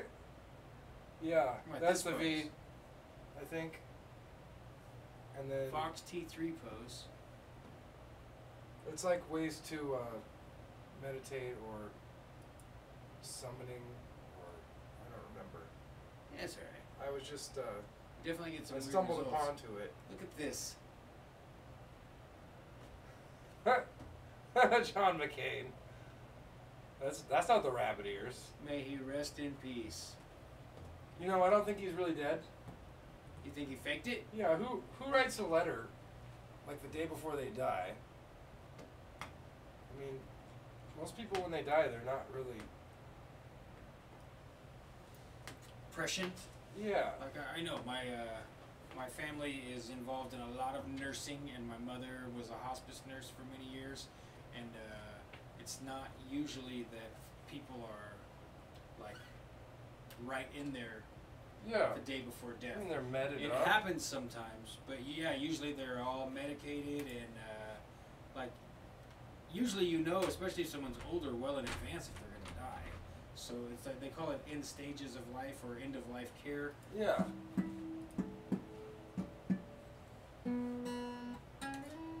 As far as the behavior of the entire McCain family, of the 2 big admirals and then John McCain after them, I can't stand it.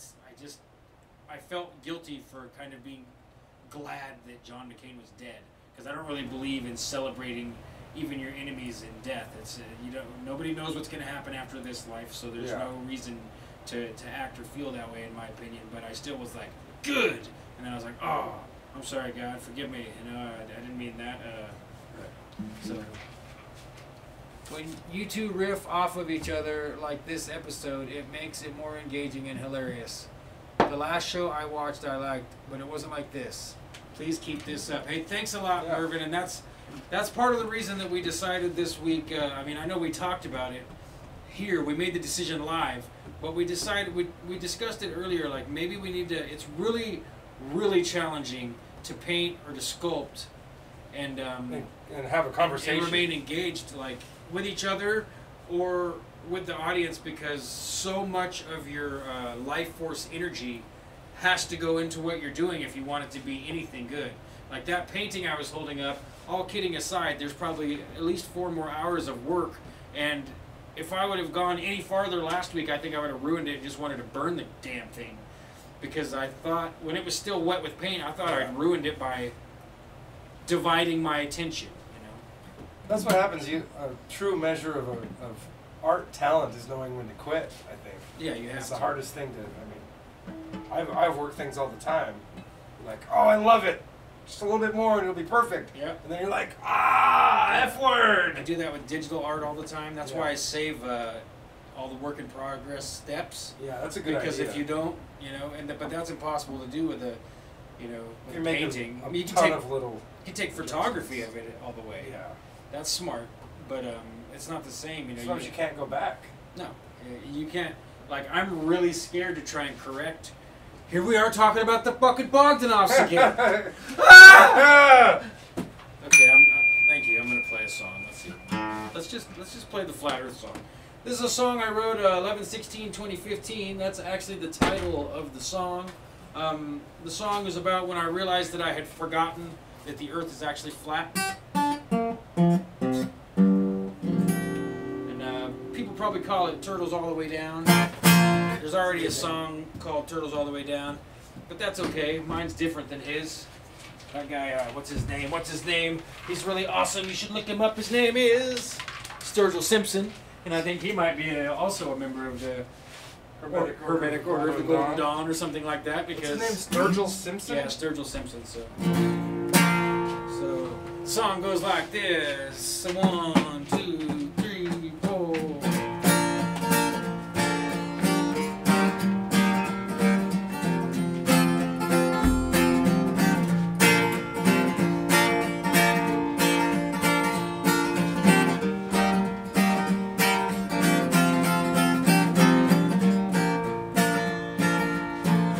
Today I remembered that I'd forgotten the Earth was flat. I really can't tell you just how I feel about that. All this time wasted thinking I'm standing on a ball, when the truth is I have no balls at all. Because it's turtles all the way down, it's turtles all the way down, it's turtles all the way down. Turtles all the way down! That's turtles all the way down! Turtles all the way down! Well, it's all about Jews and Masons wearing silly hats, fucking lying, warning, and cheating based on where their fathers sat. They kidnap and enslave the indigenous. They get them all spun out, smoking smack, replace that yin and yang. Until it's turtles all the way down, it's turtles all the way down, turtles all the way down, it's turtles all the way down, it's turtles all the way down, turtles all the way down.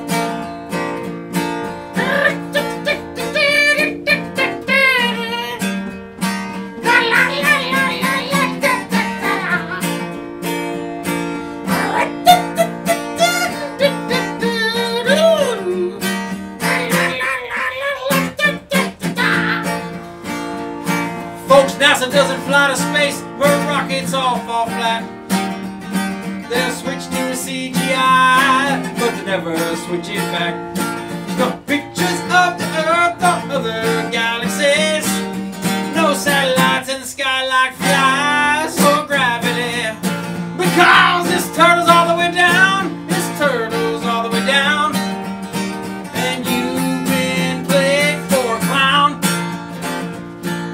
Turtles all the way down, it's turtles all the way down, and their fools' heads wearing the crown. Ooh, and their fools' heads wearing the crown. Thank you. Nice. Oh, that's how you break a bong. Oh. Sing a song. Sing us another. No. No. Hey, Sean. No. Yeah, we like riffing off of each other. We've had some people come join us, and we would really like to get somebody like AC Supergroove or Innate to kind of sit and be an engineer, kind of like Robin on the Howard Stern show, but it hasn't worked out yet. So maybe one day we'll have more than one mic. Maybe someday we'll replace this camera that we have to unplug sometimes. We're supposed to get a mixing board and like all the production is right on the brink of being improved, but not yet. So, and I think when we do that, we probably will end up shortening up the show. Maybe we'll just start trimming off a half an hour at a time until it feels right. Or maybe like you said, I kind of like the idea of doing. Let's do an hour and 11 minutes. Or 57 minutes or 55 minutes. We could do 3 77-minute shows. It's still kind of long. That would be long. Yes. I think that people really like 20 minutes, 15 minutes, 37 minutes, something like shorter. At least I do. Yeah, well, 33 minutes. 33 minutes might be good. But then we'd have to do... 33 minutes would be too tight, I think. Yeah. And we'd have... I think if we broke it into three little segments and run... We could do... memes at the beginning of each segment. We could divide the first... But not for so long. We could do like the first into... So what's 60 times 3 is 180, right? So Yeah. what's 180 minus 33? 180 minus 33 is 147. So we could do, and so then what's 147 divided in half? 73.5. Yeah, so we could do 3.5 minutes. So we could do 2 73.5-minute segments and come back and do conspiracy 33 minutes on the way out. We'll just have to experiment, I guess. Yeah. We could have part 1, part 2, and part 3. Or part A, part B, and part C. Yeah. And Each then, episode. And then we could do that. First week we could have that we change over. We could have 1, 2, 3. Next week ABC, and then the third week 1A, 2B, 3C. Yeah. And then we could make the middle part available only with subscription. You have to pay like $11. And we'll reference it the whole time in both parts. That would be really C. funny to get everyone used to a 3-hour show for free, and then still put on a 3-hour show, but take the chunk in the middle and make that private, and then bribe all these guys in the chat, let them in for free, and make everyone else think that they're paying when they're not, and then get them to be like, wow, I can't believe what went on in the second part. I mean, the end's gonna be good, but that was awesome. Wow, we could even leave right now, but we're still here. But But that was so cool. High five. Bam, bam. Yeah. Fog machine. No, we need an anti-fog machine. An anti-bog fog machine. Anti-bog fog machine. That was fog, but not bog fog. I think I'm gonna have to grab another caffeinated beverage, my friend. Oh yeah. You cool to take over the helm for a moment? Well, I guess so. Ladies and gentlemen, Okay, the one and only JEM. I'll be Let's right see. back. Nice. Unless you want me to stick around. I won't be. Let me tell some jokes. I found some I'll be listening carefully. some dark jokes. So the first joke is: can orphans eat at a family restaurant?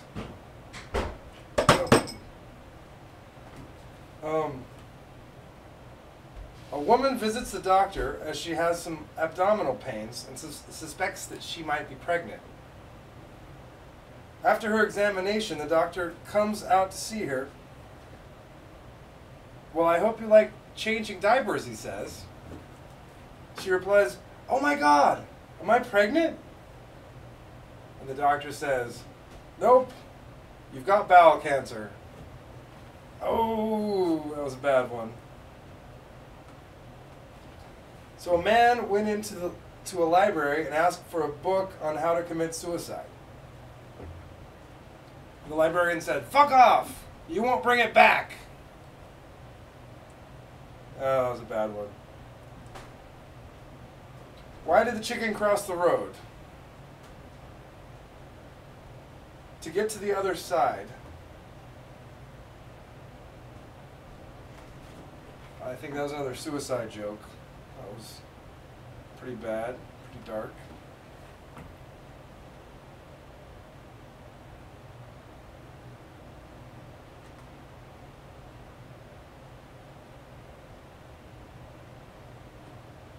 What's blue and doesn't fit?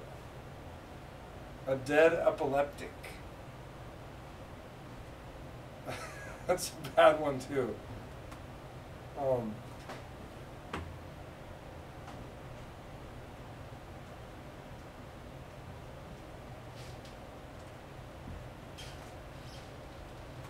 why was the leper hockey game canceled? Because there was a face-off in the corner.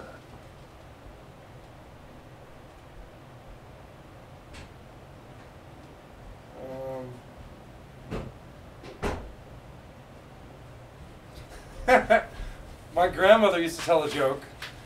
She'd say, knock, knock. And we'd say, who's there? And then she'd say, I can't remember. And she'd start to cry. That's terrible. Sorry I always abandon you, man. And I'll never give you enough time. Please continue. Why can't orphans play baseball? Because they don't know where home is. Oh, goodness. Well, it's definitely not the orphanage. Where did Lucy go during the bombing? Everywhere. Just a name, I think. Oh. It's like, where did that teacher go? Yeah, yeah. It was on the Challenger. These are all pretty bad jokes. But Yikes. Mervin says yikes. I think they go off a little better over here if there's somebody laughing that I can hear. I'll laugh at your jokes, Jim. Whether they're funny or not. Here's a quote from Dimitri Martin. It says, I'm sorry and I apologize mean the same thing except during a funeral. Hold on, I'm gonna repeat that and think about it here for a minute. Let's see. Let me get rid of this hat for a bit. Let's see. I'm sorry and I apologize mean the same thing except for at a funeral. Yeah. Boy, I don't know. That was in the joke section? That was in the joke. I'm not really finding any humor in that. No. I think I get it. Kinda. Like, I'm sorry is something you'd say anytime someone is around you and they're suffering, if you have a heart. Yeah. You know. Oh, I broke up with my boyfriend. Oh, I'm sorry. But Yeah. no, even in that context, it doesn't mean the same thing. The guy's wrong. Yeah, maybe So that's... if there's a girl crying and she says, "Oh, I broke up with my boyfriend," you say, "Well, I apologize." It implies that you did something to cause the event that's causing them suffering. Maybe that's the joke. I think that is the joke. Like, oh, I'm so sorry. Like, I apologize. Like, I killed them. I ran over that guy. Dyslexic man walks into a bra. I like that one. I bet my friend $5 that he would drown in the lake. A bittersweet victory. You know how good this would come off if you had a tablet on a... We need a stand that has a gooseneck that goes all the way up. It has to be flexy all the way up for the tablet. So that you come out, you put the tablet in there, and you have to let go. and all that's shining is the tablet light on your face and like a subtle spotlight. It's maybe a soft spot from straight down. So you're standing in a ring of light. Yeah. And the tablet, and it's just barely enough to make you more prominent than just the tablet, you know, so they can see all silhouettes. And you're just doing this with a microphone, kind of like this too. It's not a mic where you're on it. Like, read that last one again. I want to hear it again. Imagine what I just said, everybody. I bet my friend $5 that he would drown in the lake. A bittersweet victory. You want me to tell my my doodah joke? Remember? I told it to you once before. Yeah, I think so. I don't remember it. Okay, so Mel Tillis is a famous country and western musician who stutters, except for when he's singing. So Mel Tillis stutters unless he's singing. And as far as I can remember, that's real. That's not part of the joke. Like, Mel Tillis is a real guy. He can sing fine, but when he talks, he stutters. And so Mel Tillis and his best friend Doodah went out fishing, and while they were fishing, Doodah got a snag, and as he was trying to pull the pole up, he lost his balance because they were drinking beers. You know how country and western guys are. And he fell in, and Mel Tillis couldn't get him back in the boat, and Doodah couldn't swim, so he drowned. And he died. So Mel Tillis feels terrible, and he rows back, and he rushes up to Doodah's house, and he bangs on the door, and Doodah's wife answers the door, and Mel says, and Doodah's wife says, "What is it, Mel?" And it's like, "What is it, Mel? What is it? I know you stutter. Slow down, slow down." And he says,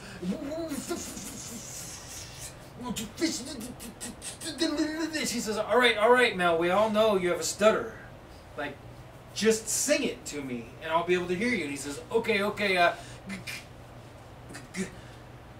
guess who fell in the lake and drowned? Doodah. Guess who fell in the lake and drowned? Poor old Doodah's dead. Yeah, that's a good one. I feel like that's probably the best I've ever told that joke. Yeah, that's a pretty good joke. I'll just send it to Mel Tillis. Oh, he's probably dead. Where's Ryan Martin? Quit watching ours. Oh, he was here last week. Yeah, I just wanted to send a reminder. hope he didn't forget again. Now that I said that, he'll chime in like, you know, I'm busy. I can only listen. My hands are busy. I'm working. Could be. I'm working. A lot of people like to watch the show when they're Should working. we switch it up this week? Nope. Yeah, yo-yos. Hey, these fit. Ooh, there's that. Oh, this won't work. What might? Switch them around, maybe. So that, oh, no, yeah. Come on, scene. Think about it. No, This could be a new aspect of the show. We can start balancing stuff. balancing. Yeah, this is definitely not. Well, you gotta put that yo-yo on top. This way. You guys can't see. Oh, we can barely see. Oh, I'd have to like do this. Yeah.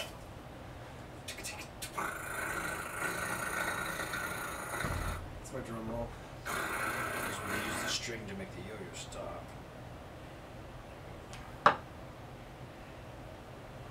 That's pretty classy. It's just so. The yo-yo's so slick. No, There's no ball way. is very similar to round, or I guess spherical. Round is No, a it's- flat circle, and the sphere is The sphere is The just ball. the outside of the ball. just the outside. It's a of the ball. hollow shape of a ball, whereas the ball, this Yeah. is definitely a ball. We learned that from Adam Laura on, Yes, on we our did. first episode. Yeah, that's not gonna work. Nope. All All right. Well, we'll see you guys later. Is it 10 yet? The 10? Shit, 8:42. Maybe we should jump into some conspiracies. I know we were talking about conspiracies. Seems like before. there was something else. Hey, what happened to my dick? I don't know what Jim, happened to did your you dick. touch my dick? I wasn't there. Yeah, well, my mom said that's what everyone was doing when I was born. If your dick is a 1-inch piece of clay, then I'm very sorry for you. Was that on your joke list? Or you just improvise? You're just improvising now? Oh yeah. So here, look at this. I can't read that quick. Well, let's see. B story. We made it. We made it for a little while to here. Should we scope? Oh yeah, so you were right. See there? What's that? Midpoint. Read the chat and news and conspiracy. Yeah. It's a good idea. All right. Good thing we went over this. Gotta Yeah, take yeah, your notes. we gotta take notes. Take your notes. It's not like we're working off a script. We just took some notes. Yeah. Let's see. Maybe I'll see if I can find that video of You the do that, slide and I'll on do the- this. on the. Oh yeah, okay. So just so everybody knows, we're gonna go back to the speculation that the Challenger astronauts are not only still alive. Let's see, where are we? Well, I was gonna show the slide, video of the slide in the secret room underneath, Yeah. and then we could go into the. So we're gonna show how The astronauts rest. potentially escape. Oh, should we change this now? Let me change this over now so we don't forget. Here we go. Let's observe some things together, like Alright. like Mr. Rogers' Neighborhood. Well, this might be. Push well, Open there Apple it A is. if you want to delete all that faster. There we go. Vox Crowley.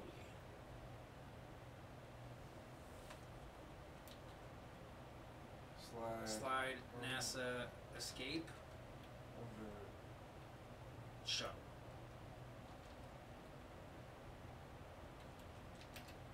And then I would add escape or something. Yeah. Oh, we gotta click on videos once it rolls. There we go. Fire in the launch pad, disaster training. I bet you that's it. Or which one? Which one do you think is final shuttle crew practice safety slide? Slide. It says safety slide. Yeah. Or I guess it's Emergency. like that. Should we try this one? Let's try this We one. could. It's 9 minutes and 55 seconds. That's Well, we can skip around if we need to. Let's Quite a let's bit of, see, make sure that we're on. Here it comes, folks. Here comes. Watching. comes. All right. Oh, we're gonna have to pause this and get us some volume back. Here we go. Sometimes this thing Laggy, forgets. getting laggy on us. Are we lagging? Yeah. The dog lag of conspiracy. So we're gonna read what this says. The 4-member crew of the final space shuttle flight received instructions on the operation of slide wire baskets during emergency exit training. Nah, this isn't it. We gotta Go back. Of course, it's not slide wire baskets. What WTF is that? Fire on the launch pad disaster training. I think this is the one. What does it say? Terminal countdown. Should I turn this up a little bit? Whoa. It's like the intro to some. Oh, those are the That's baskets. the baskets again. Maybe I. This music's pretty awesome. Danger on the pad. Is that when your girlfriend has AIDS? Oh. Really excited to be here. Contingency bag, number 2 rescuer, what kind of bag? And this isn't it either, but this is sure interesting, huh? Orbiter egress catwalk. Here, maybe do the little scroll and see if you can see a picture of it. Nah, yeah, see, they're using these baskets. Yeah, that's not right, is it? You gotta research this. These guys are funny with their. It sounded like a scream. Oh, that was the music, yeah. Yeah, but it was Perfectly. choice. Yeah. Rubber room bunker. Slide. Rubber room is the nickname given to the emergency egress bunkers located 40 feet beneath the launch pad at That's Kennedy it. Space. Okay, so rubber room video. Yeah. I think it's. I don't know. I got a message here. Oh, it's my buddy. Flag. You have is- other friends? Flag is. I do. I know this guy in real life too. It's another flat earther I know in real life. Wow, nice. Yeah. And he actually came upon the idea of a square flat Earth on his own. It's a small planet. It's a small world after all. There you So go. type, NASA rubber room? Yeah, just type rubber room It's right video. there. Just click on NASA rubber room and then Oh. we'll It's just listening to click us. on Great. video. Great. Videos. That one. That button that says videos. There's no button. It's a button. The most sane rubber room. That's a weird thing to say. I think this is it. Yeah, this is it. Okay, so here we go, folks. We're getting there. Sorry for the delay. James Burke James Burke explains the infrastructure. The last thing anybody wants now is an emergency. Like everything else, they're ready for that too. Once the crew are on board, if it looks as if they're in danger, they get out and head down this tube, specially insulated against fire, and zigzagging down not to some point out and away from the rocket, but to an escape room exactly where you'd think it shouldn't be.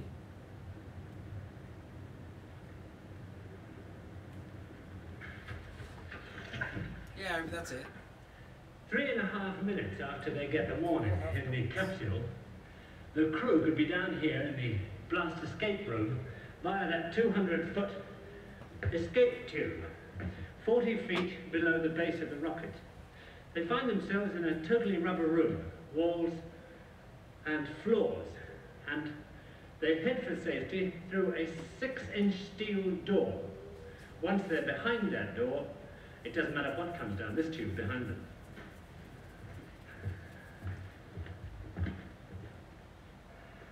That's a pretty thick door. Yeah, well, that'll stop you from accidentally finding out that the astronauts didn't really take off. Yeah.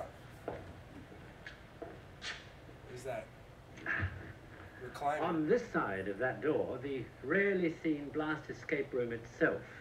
It's totally isolated from everything around it by a series of 24 giant springs underneath the floor and shells all round it of steel, concrete and sand.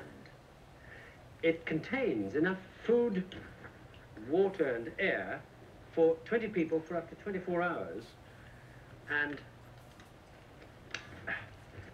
it's all around the edge. There are these foam rubber shock-absorbing seats, as you can see. The room is built to withstand the simultaneous explosion of every drop of fuel on a Saturn V. And in that event, strapped into your shock-absorbing seat, if your rocket did blow itself to bits 40 feet above your head, all you'd feel would be a mild rumble from somewhere up there. Wow.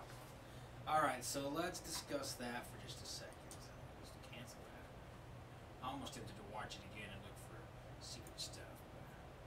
I didn't see too much secret stuff. So, of the 6 of you here still watching, what do you think of that? You think that's legit? Like, oh, they really just need a special room 40 feet down, directly under it's an every time. 24 hours of food and water, and I'm assuming that they also have oxygen being pumped in there. So. Well, they gotta wait for the press to leave. Well, that's what I thought immediately, is like, okay, so you fake astronauts going to space, and they all escape down the slide into the rubber room, where there's no chance that they'll be heard no matter what. They won't be seen because they've just closed a huge, like a safe door, like behind them, like a bank vault door. Yeah. And they've got, you know, food and snacks and everything. And they got Tang and of in course, there. it really is insulated and safe in case the rocket really does blow up. You know. That's true. Because the rocket could really blow up. So I'm curious, chat. What do you think? I wonder if we've got. I know we've got at least one flat earther in the chat, because I know him personally. I don't know if Bujahadeen is a flat earther or not, but I know that he's open-minded. Mervyn the Merlin says Arthur C. Clarke and Kubrick were paid millions to make the moon landing footage. Yes, they were. Yeah. And Arthur C. Clarke is actually pretty infamously a pedophile too, if you didn't know. Really? He's known for traveling to Sri Lanka. His reputation is really poor, even over there where hiring young boys as prostitutes is acceptable. Huh. Like, his reputation was, we don't like him, and he was over there playing ping pong. Playing ping pong, Yes, huh? you know, like, this isn't conspiracy theory. Like, this is all stuff you can go verify just by typing in Arthur C. Clarke pedophile, type in Arthur C. Clarke pedophile Sri Lanka. They tried to take some of his accolades away, I think. Like, they gave him awards and considered pulling him back. Really? Because he was over there. So these kids over there playing ping pong are so poor that they're whoring themselves out sexually for money to disgusting men. And he apparently, like like supposedly in one of the interviews he said that man-boy love was totally okay and that it shouldn't be a problem and that there's nothing wrong with it and it should be totally legal. And like I said, this isn't like some far out weird off of the beaten path. It's pretty well known if you He's look. Neil deGrasse Tyson's predecessor. Isn't Arthur he? C. Clarke? Arthur C. No, Clarke? no, that's Carl Sagan. Oh, Carl Sagan. No, but Arthur C. Clarke also, if you didn't know, Arthur C. Clarke invented the satellite in science fiction before they alleged that they're up here in the sky somewhere. He was a sci-fi writer. Yeah, 2001 Space Odyssey. Yeah. That's right. But yeah, he's got a really tarnished and strange reputation, but they don't ever, they always reference him as this god-like figure, But then you look a little deeper and it's like, oh, he's right in the middle of this pedo-gate child sex, torture, sacrificing crap and all that. Crowley taught that sex magic with young boys would give off the most yield, and if you look into the Vril Society, type that in. Oh yeah, we know all about the Vril Society, man. Those 3 women. Moon Nazis. Yeah. We're aware of it. Thank you. And if you haven't looked it up yourself, folks, if you're watching this, if you've never looked up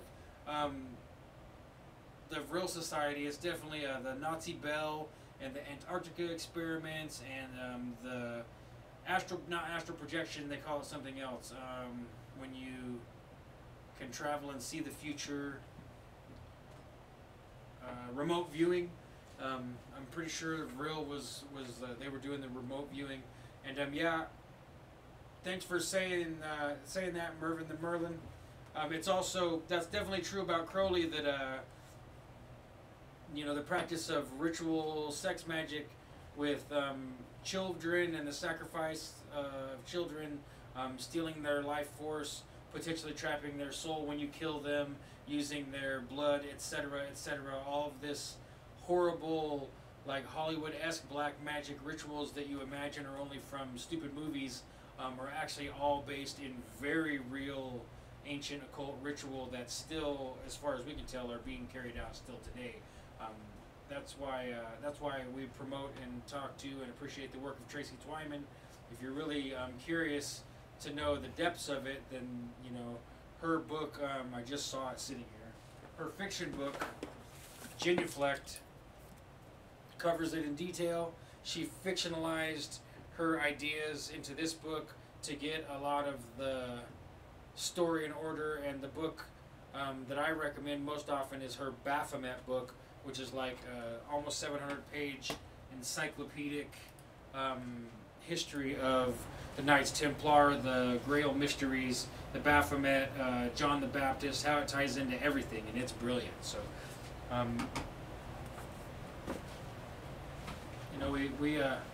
we really appreciate Tracy Twyman, and if she's watching, we hope she's out there doing good. Haven't seen anything posted for a little while, but that's pretty normal for Tracy. I need that book, he says.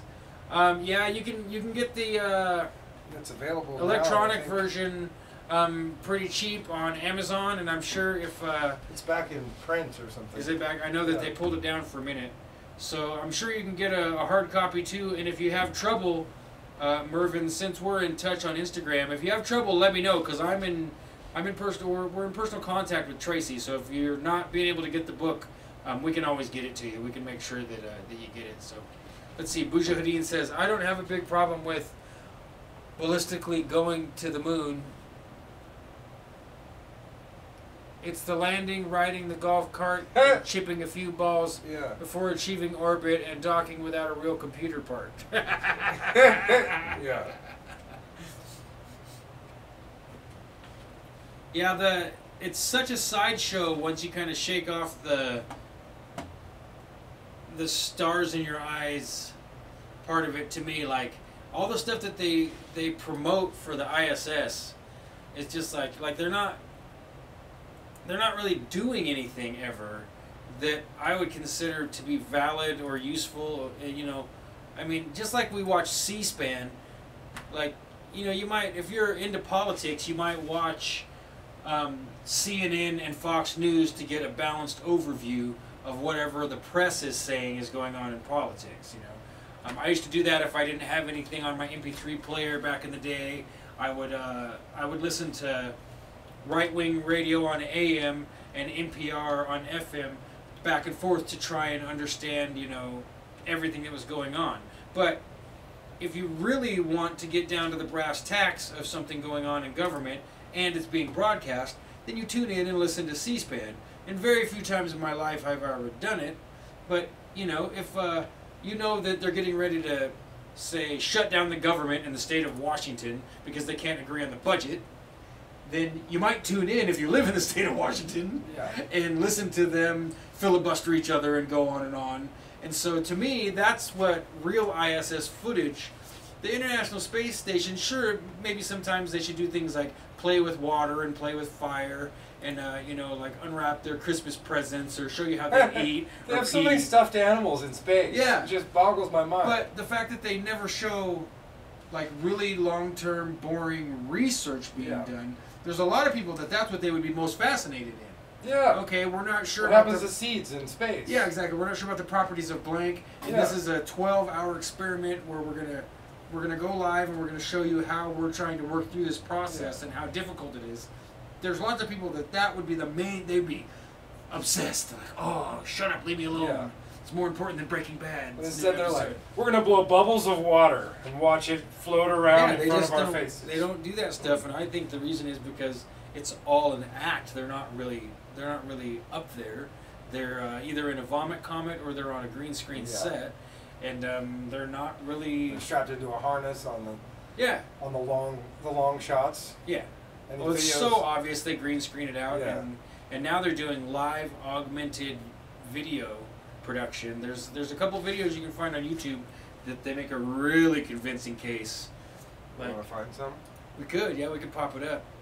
I found this one video yesterday. It's kind of off topic, but Project Blue Screen updated, busted several demonic drones. There's some videos of some weird shit going on in the sky. So let's see. It's like blue beam. So Bujahadeen says Hubble has no color camera. It's all an artist rendition. Another disappointment. Yeah, Hubble's not up there either. I don't think it's just fake. Yeah. It's all. I've got a stack of books this tall, you guys, that I bought at the secondhand store. That's all outer space stuff. And there's no photography of space. It's all like old, late 1990s computer graphics. The only photography in the books are of long-bearded and white lab-coated and holding their pipes and sitting with books open or looking important at a desk science guys. But there's no photography, and it's not, what was it, a dozen books? You've seen it. They're all those thin, blackish gray Time Life books. Time Life books. There's no photography. Look at some Earth from Spaces. Yeah, I mean, here's photographs of Earth from space, and they're not consistent. You know, you would think that getting far enough away from the globe, the thing that trips me, that's supposed to be Russia. So here's a photograph of Russia that Russia took from space. And I mean, here, there's so many, like, it looks like you're playing Risk. So this must be that's funny. So they notice how they do it the same. Okay, the picture of the United States from space is of North America. Oh, here's one with the moon. Right, this cracks me up that people think this is real. I mean, that. Where are all the satellites? Where's the moon? Isn't one side of the moon black? Yeah, that's supposed to be the dark side of the moon.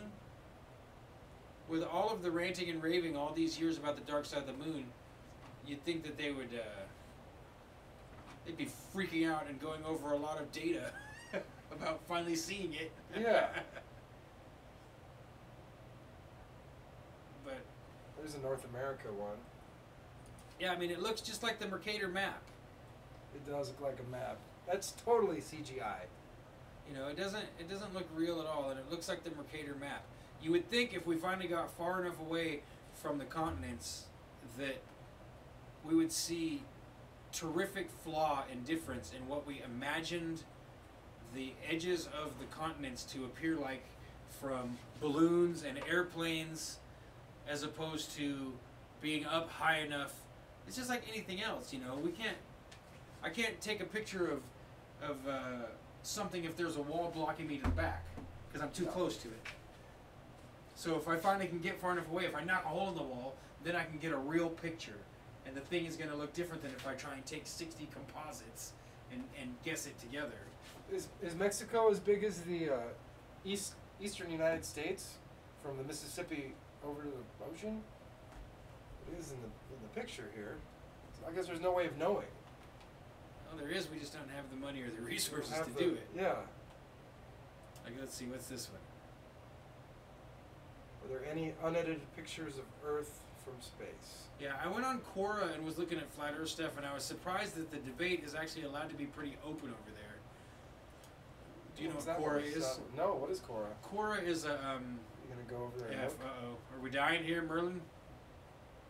What's the F for? F means rest in peace. You have to pay respects. We're just gonna wait here a second to see if we're losing our stream. Oh, we have a yellow stream health. Yeah, it is kind of yellow. Maybe I'll ask my other buddy here that I know is watching. Are they shutting us down? Yeah, there we go back to flat Earth and boom! Yeah. They shutting throttle us down.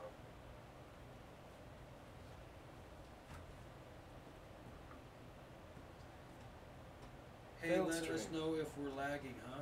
Question mark. Thanks, period. Thanks for tuning in, period. F's failed stream. That sucks. You're good for now. Yeah, I know what you mean. It's sometimes it starts hanging, and if you're watching a popular show with thousands of people in the chat, everybody starts hitting F. It's exactly what we want, Mervin. Thank you. Because we want to know, you know, if the stream starts lagging really hard and we need to reboot or anything, we definitely want to know. We don't want to just keep roboting our voices and having it hang and hang. That's not entertaining. We'd rather say screw it and reboot and come back than have it start lagging really hard. You gotta check out this video if you have a minute. I found it the other day. Yeah, let's just watch that video. It's like a... This one, Project Blue Screen? Alright, so we're going to go ahead and throw up Project Blue Screen here and take a look. I'm going to have to go to the beginning of it. Welcome to another video from A Plain Truth and questioning everything. Plain Truth, I like this guy's stuff. Hey folks, welcome to another video from A Plain Truth. Come on now. All the way from the beginning. Let's see here. Alright.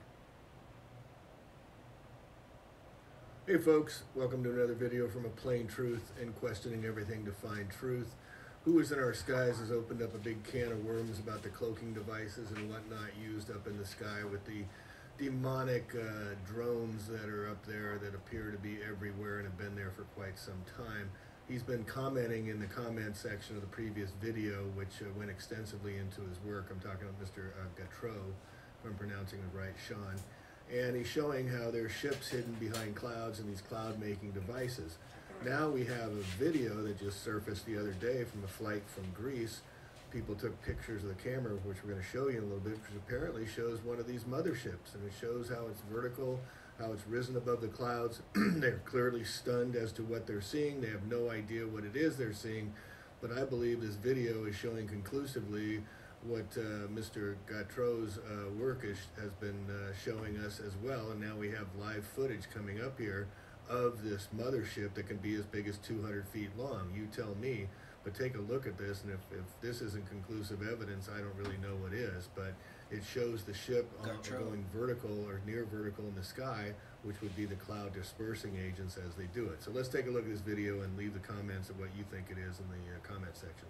Thanks for listening. Plain Truth out.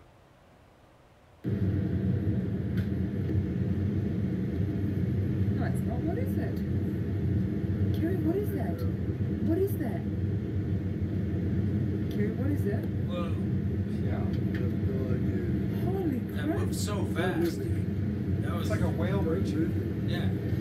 But it moved like...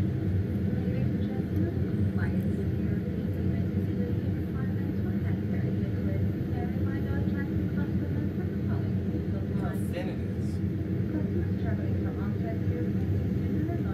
Yeah, there's a reason they keep showing us that same mothership in the sky in all the movies. You know what I mean? Yeah. Across every movie, there's always this unbearably huge fucking mothership in the sky.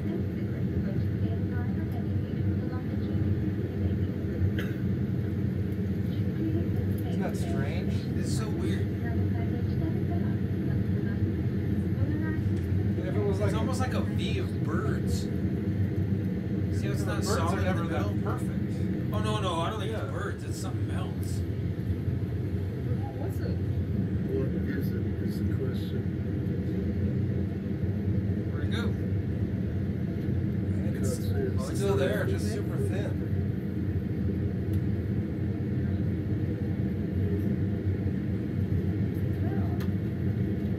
Yeah, I'm a little more aggressive than these people. I would be bum rushing the cabin right now. Bang on the door. Yeah. What is that, you guys? Tell us what you know. Yeah, but then you have to stop looking at it. Yeah, that is when you're in this situation. I've been in this situation before where there's something weird and you're afraid to look away because it'll be gone. Yeah. Wish if you got it on video. Is it up higher now? Looks like it's either they're going down or it's going up. I'm sure it's going up if it's. You can almost see it. It's so thin. Can you see anything else?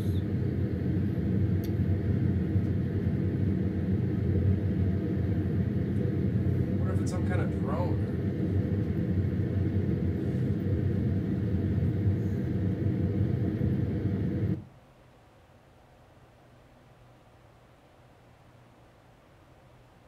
This is a different one, or is that Same video. Airplane passenger photographs huge structure on the clouds at 10,000 feet of altitude. Date of sighting February 18, 2018. Location, flying from Houston to Fort Lauderdale. He said, "We were flying to 39,000 feet and the pilot upon landing told me that these clouds where the structures were between 6,000 feet and 100,000 feet high." MoPhone case file 90,956. That's huge.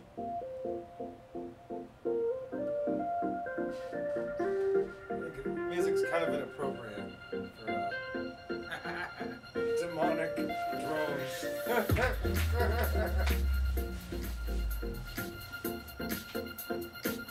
Let's dance with the archons through the aeons, archons, aeons, demon possess my babies.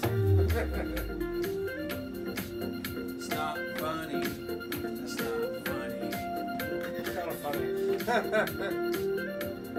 UFO Mania. UFO Mania. Muffin 90.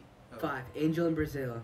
What you're about to see is a cameraman in Boa Vista, Brazil that caught on camera a very strange and rare creature flying. The cameraman at the moment thought he was capturing birds flying, but when zooming in, he realized there were two strange winged creatures that resemble angels. Here is the footage. These are crazy though. They're like flapping. Oh, weird. It's like Brazil, like the movie Brazil. Was he in Brazil? Did he say? Where was it? He did say it was in Brazil. That's crazy. They're trolling us. That could have been fake. Oh yeah, I've seen a lot of stuff that people think is real and they'll post it on Facebook or whatever, and it's like, no, this is obviously fake. I mean, it's like sometimes it's somebody's Like film school project, yeah. and it's really good, you know, because they have Like, they have access to make a something- UFO video. Yeah, they've got access to something good. You know, they've got a Yeah. studio. Oh, we got to laugh at Irvin the Merlin. Yeah. We're gonna take some MDMA and do some sex magic. Well, not us. No, us. Just come out with it. Out of the closet, Jimmy. Oh. It's not.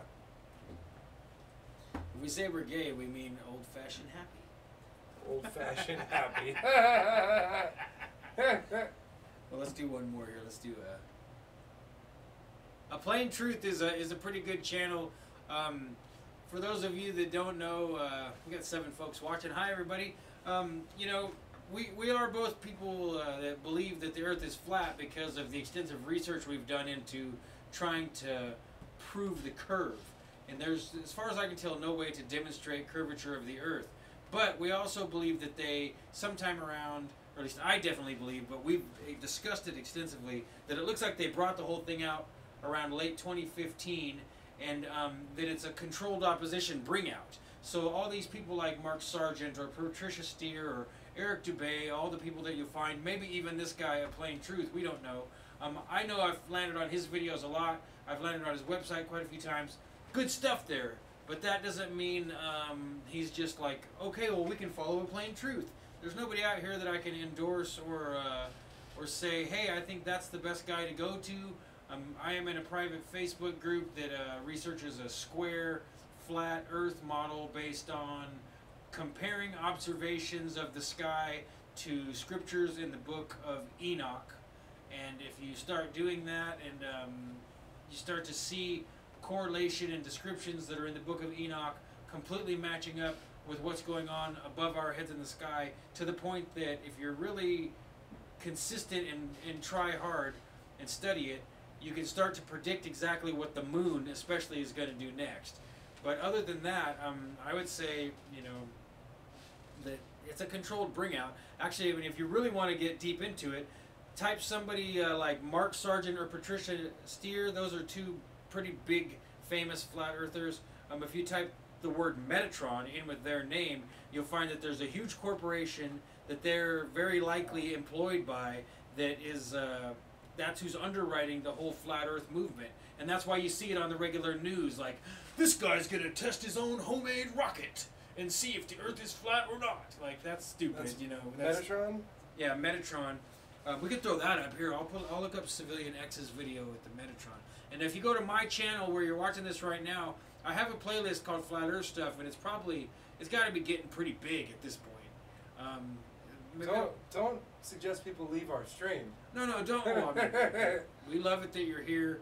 I think the most we've ever had is 12. So if you guys want to call, everybody call 2 people. We can break the record tonight. Or if you don't know 2 people, just like, share, we'll just go log in with 2 more devices. Like and subscribe.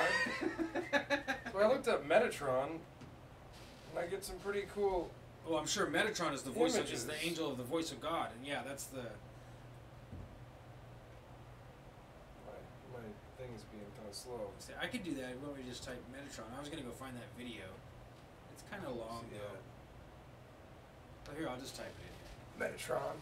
So, I think I learned the name Metatron because I found evidence of the Masonic symbolism in the map of Washington, D.C. way back in the day. This would have been like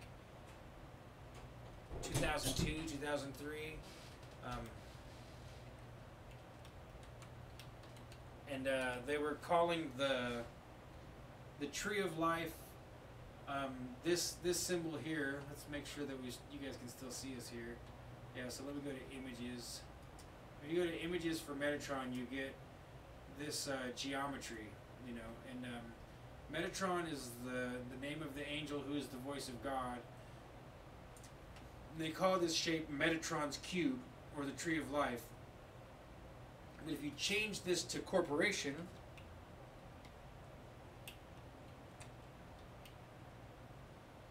Metatron Corporation UK Limited.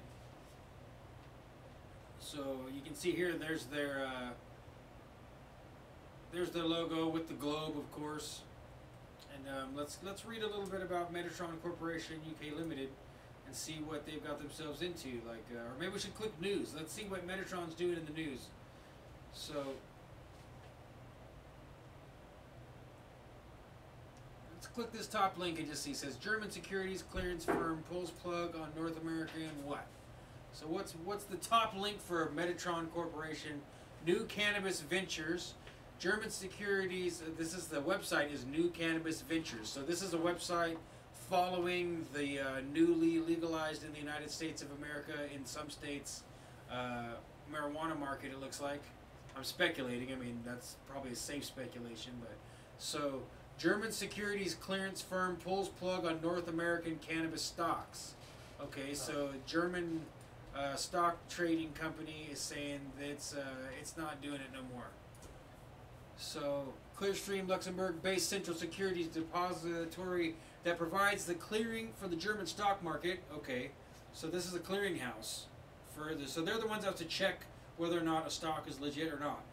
So Clearstream has informed its customers that it will no longer be possible to settle securities connected directly or indirectly to cannabis and other narcotic products. Okay, so this makes sense. Now, what does this have to do with Metatron? Let's see. Let's scroll down here and see if we can find Metatron.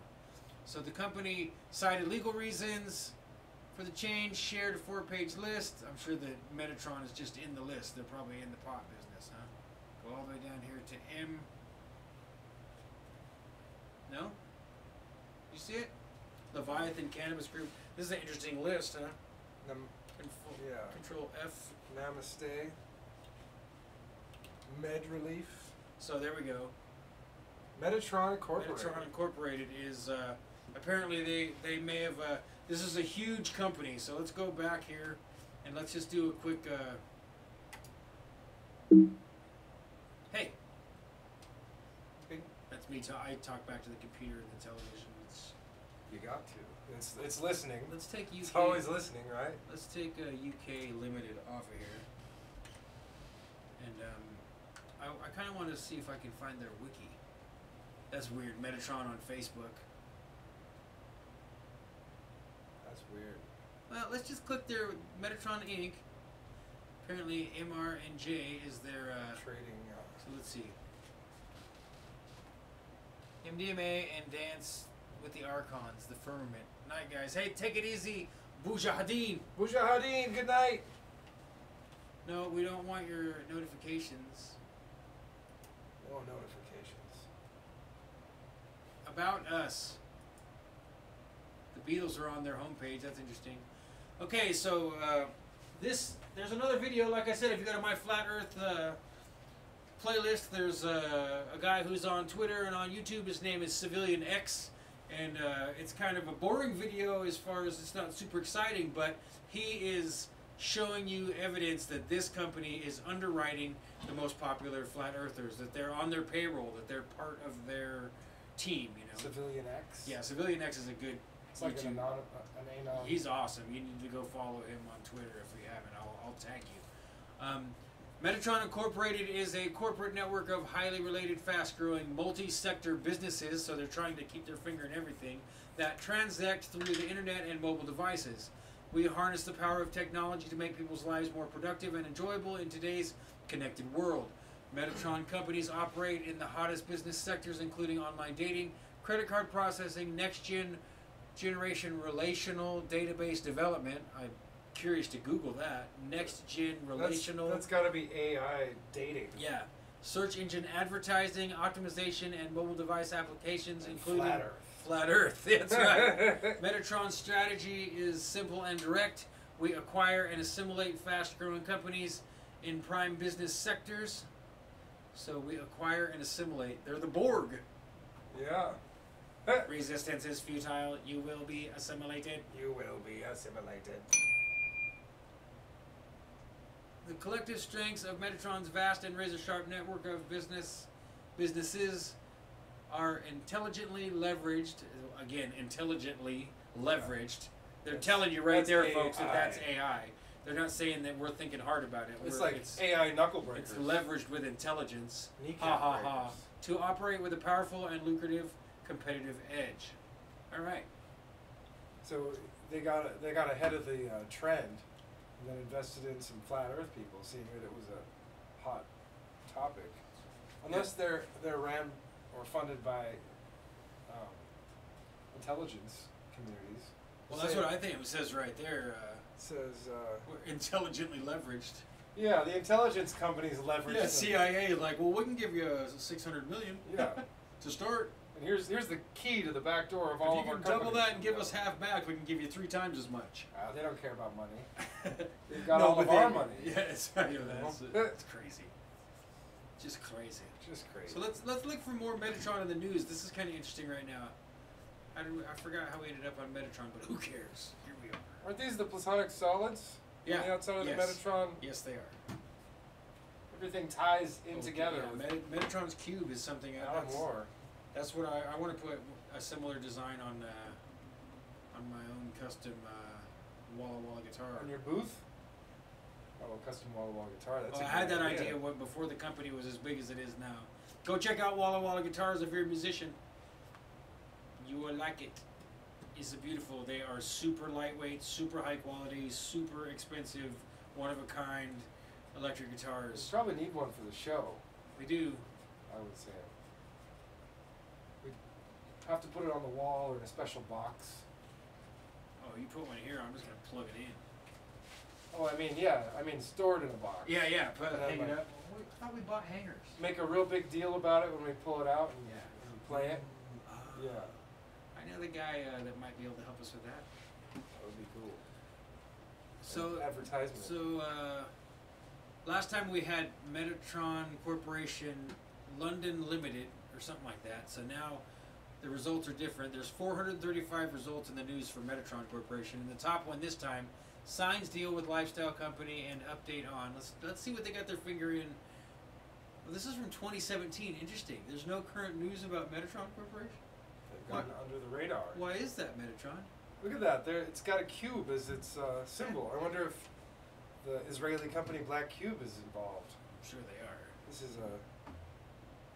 What color is that? It's aquamarine. Their symbol is, yes, I would call it aquamarine. Aquamarine. Or Yeah. indigo. The abyss is aquamarine, Yeah, right? and it's kind of an indigo color. Metatron signs deal with lifestyle company and update on Bitweed crypto platform with vaporized chat private security app. Oh, Bitweed. Bitweed. These guys are not kidding about what they said on their website. They've got their finger in like the most advanced thing. Like, well, we're using Bitcoin marijuana AI to have your lungs smoke themselves before you can smoke them. That's when your friend lets you smell his weed and you actually stick your tongue out and put it in your mouth like a And piece steal of a piece. popcorn. I was thinking maybe your friend lets you smell his weed, and that causes your Bitcoin wallet to give him money. Like a microtransaction that's a happens transaction, 'cause because you're particles smelling it. went up your nose, so that means he gets 1/1,000,000th of a weed coin. A weed coin, a bit. So, Metatron, a technology pioneer specializing in the accelerated release of over 2,000 apps, including cannabis-based CBD and vaporized secure chat apps via iTunes and Google Play, is pleased to report late-stage development of Bitweed, trademark, a cryptocurrency transaction and tracking app for marijuana dispensaries and consumers that we expect to evolve into its own token and coin. So they're making a specialized transaction just for the weed companies that they, it's just going to take off. Like, well, we're already buying everything anyway. Might as well just buy it with some weed coin. I know in Oregon they use the OLCC, the Oregon Liquor Control Board. They manage the pot, and so you have to, like, when you have a seed, you have to register it, and then at least for the commercial or medical, right? And then they follow it through the whole process until you harvest it. Yeah. Sell it to a dispensary. I was trimming for one of the local growers here, and it's the same in Washington. Yeah. The difference is in Washington they got away from having it separated and they made it all into one thing, so that all of the medical people got burned. Yeah. Like, they're really unhappy. Like, they just dumped all the disabled people and medical people onto the open market and told them, fend for yourself. Yeah. And all the guys that were making money or being successful medically growing essentially just got their asses hung out in the wind. It was bad.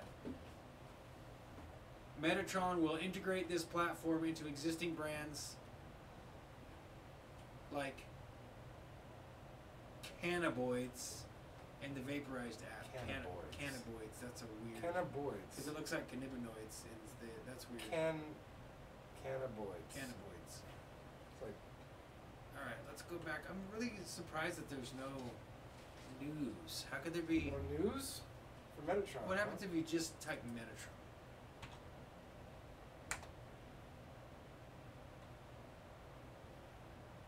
Zenjahir Metatron. Oh, it's in German. Maybe you should click it and we'll Here, look at here. Beyonce's mom's involved in something called Metatronia. Project Metatronia. Now look at this. Metatron's Cube. Yeah, we could look at it. Tina Knowles, that's Beyonce's mom. What's Beyonce's mom up to these days? Well, she's looking good. What's in Beyonce's mom's art collection? A tour of Tina Knowles Lawson's Hollywood home reveals all. Well, this is an interesting article. She's got a lot of stuff in her house, I I'm guess. sure she does. She's dressed like an angel. Here. Yeah, she looks like a Skeksis, kind of. Yeah. Or like a bird, at least. This dress is interesting. So, Tina Knowles Lawson, mother of Grammy-winning musical artist Beyonce and Solange. Wait, shit, Solange is that Beyonce's little sister or something? Has been collecting art since she was a makeup artist in her late teens. Purchasing her first work for $500. Hey, maybe we should send her a postcard. Yeah. Maybe she wants to buy a bog. Today, her collection, rich in African American art. Hey, they got some African American blood. Boasts pieces by major figures such as Romare Bearden and Elizabeth Catlett. To work by more emerging artists like Genevieve Gaignard and Toyin Ohin Odutola. We should probably do this kind of reading more often together, Jim, so that we know who these people are. Yeah. We show our disdain for other artists. That's how vain we are, folks. Like other artists. Yeah. Us. We're the main vein. Yeah, well, we're making art. So let's continue here. Her famous daughters have both clearly inherited their mother's appreciation of art. Solange has performed in New York at the Solomon R. Guggenheim Museum, at the Chinati Foundation in Marfa, in London at the Tate Modern. I was at the Tate Modern about 2 years ago, and at the Hamer Museum in Los Angeles, where she recently debuted the interdisciplinary performance project Metatronia, Metatron's Cube in parentheses. Interesting. Well, I could Metatron that cube. Sean. I say Genevieve Gaignard, Me Too 2018. Is that part of the Me Too movement? It must be. I don't get it. Well, she probably just named it that because now's the time. Remember that one? Well, let's analyze this for a famous second. topless performer. What was her name? Back in like the 20s or something. She was. Betty Page? No, it was in the 20s. Like she was black. Oh yeah. She was in like some early movies, but mostly vaudeville. Her name was. Oh man, I remember. She's attractive. I forgot her name. I'm sure it'll come to me.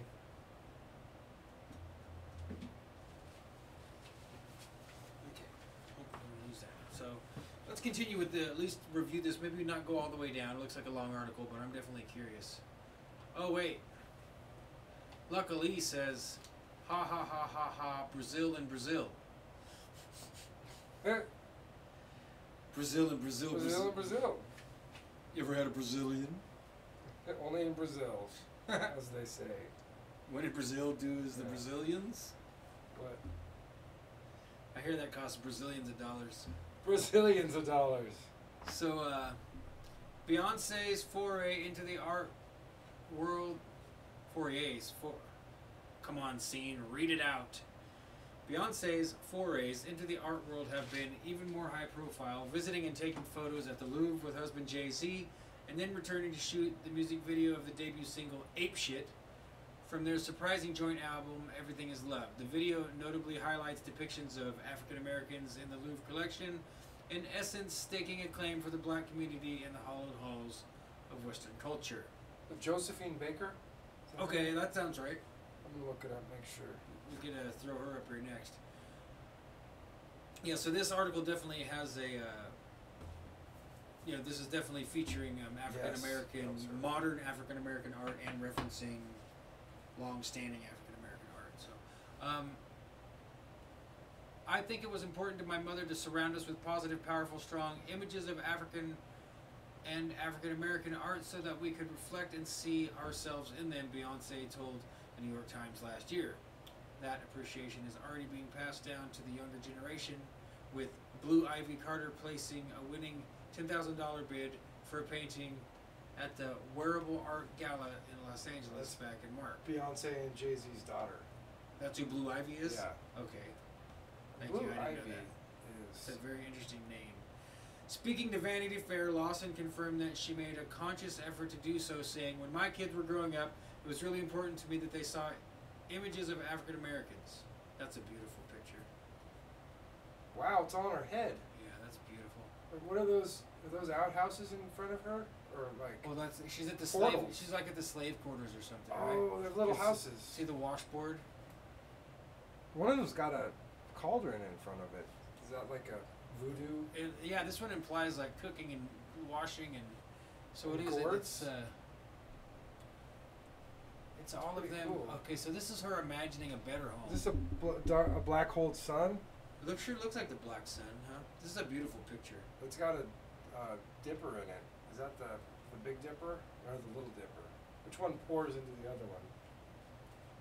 That's the Little Dipper, right? Oh, look, there's two moons. Yeah, and the checkerboard and geometry, and look at there's all these black women standing and looking, and this is a big, beautiful house. Oh, wow. And yeah. So this is like It's got there's the- a dog asleep on the porch. The Masonic Square is. It does, yeah. The compass in the square, prominent, right in the middle of it. Wow. Yeah, this is a beautiful. Is it on a piece of art. xylophone? No, I think it's like a sidewalk. Or look at there's hooks. Yeah, there's handles. It's like a serving tray, maybe. Or? I don't know what that is. I would love to look at this in person. So, John Biggers, 5 lithographs for our grandmothers, 1994, based on the poem by Maya Angelou. Okay, so to read that poem would give us a lot of insight into this painting. The magazine got a tour of Lawson's house and spoke with her about her collection. Putting it together has not always gone smoothly, she admitted. Describing a disastrous first-time experience bidding by phone at auction. The next thing I know, I bought a Sam Gilliam. I bought 2 Picasso lithographs. Wow. I was like, what did I do? I tried not to buy them, but they found me and they threatened to sue me.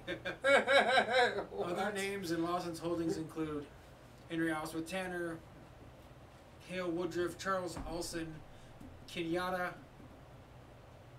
A.C. Kenya Ata. Is this all one name? Kenya so it's like Ata Kenya. A.C. Hinkle. Kenyatta A.C. I wonder Hinkle. if he's related to A.C. Supergroove. No, that would have been in the front. Kermit Oliver, Monica Stewart, John Biggers, and Dominic Beyonce Lawson's niece. That's nice that they did that for her. They threw Beyonce's other family. Get the whole family in the article. Talk about the sister and the daughter and the niece. The niece. Well, that's good. I mean, that's what we would do. You know. And also innate B. That's right, NAP. Innate, like, huh? Oh, alright, whatever. Just trying to take a nap. Alright, so that's interesting that Metatronia. You want to type in Josephine Baker in a new window? Yeah, let's do that. Or let's just do it in this window. Where you going down? Josephine Baker. Yeah. No, I'm down. I want to see her because this is still in the same realm. Same thread. So this is a famous. Excuse me. Yeah, I remember this lady. I recognize that picture. Go to images. There you go. And Safe Search is on, so even though she may be famously topless, we shouldn't be seeing any topless pictures here. I wonder if she's like sort of what they modeled the old Chiquita Banana girl after. It sure looks like it, doesn't it?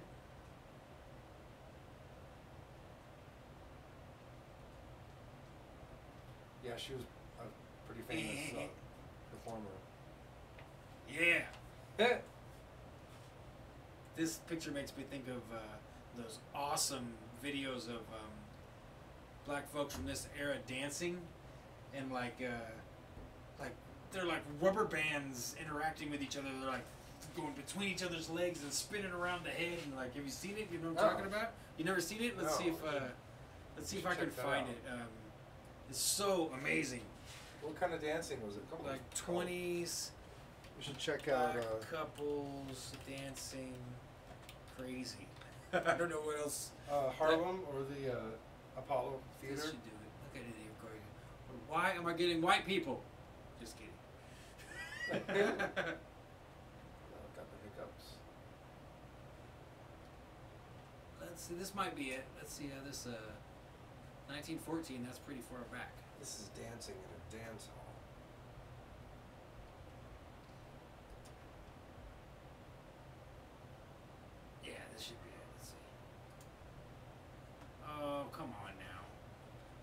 No, okay, so we need not in a dance hall, we need dancing in a speakeasy. Type in Apollo. You know, like the Apollo Theater. That's a famous Harlem. Yeah, hold on, it's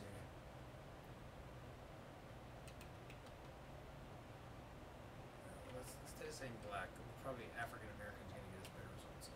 African American speak easy dancing.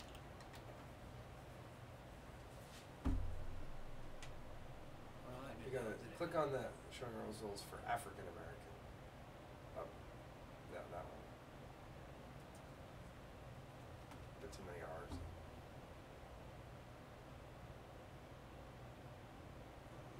Oh, it has to be couples. I might not be able to find it very easily.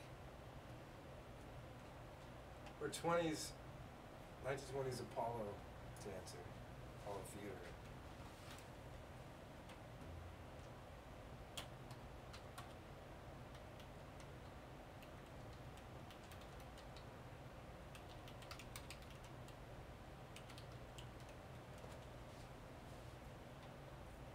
First moonwalk. Oh, that's interesting. Let's just check that out just for fun anyway. So the first moonwalk.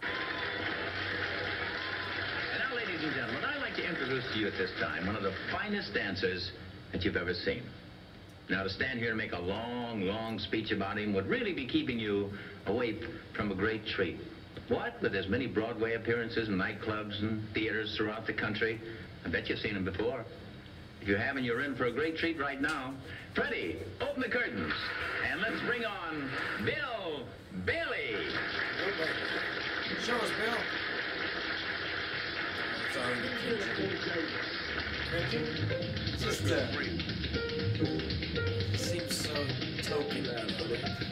Yeah.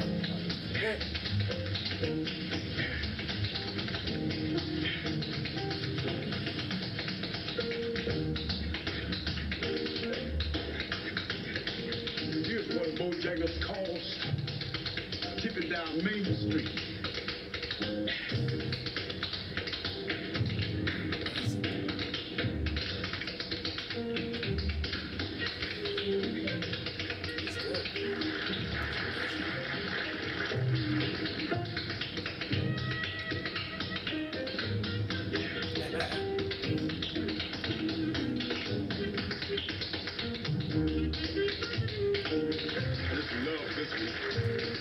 That's insane.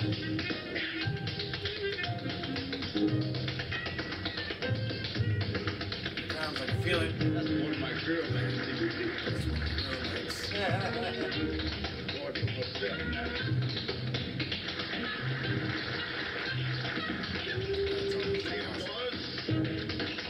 Wow. That 1 foot down. Yeah. Some people rhythm with both feet.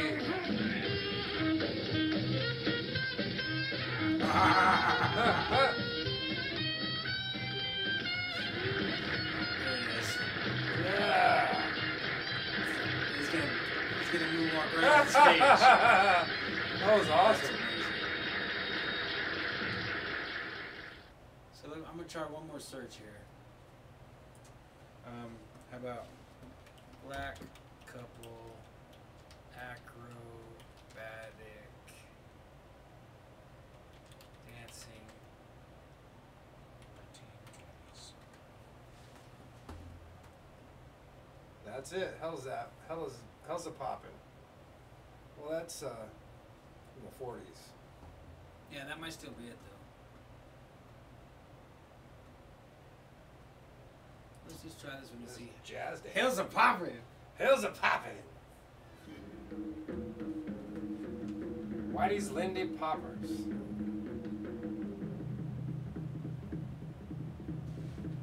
Turn it up. Hey, Pops, keep that beat a beat. I feel a rhythmic brainstorm coming on. 1, 2, keep that rhythm heat. Goodness. One more riff like that and I'll be gone. Oh man, don't stop now, we're jumping. Give everything to Lord now. This thing might turn into something. I ain't mistaken. Here comes something now. This is definitely a lot closer. This looks like it's from a movie set. Right? I mean, it's from a movie, yeah. This is amazing. He's a soldier dancing with a maid? Yep.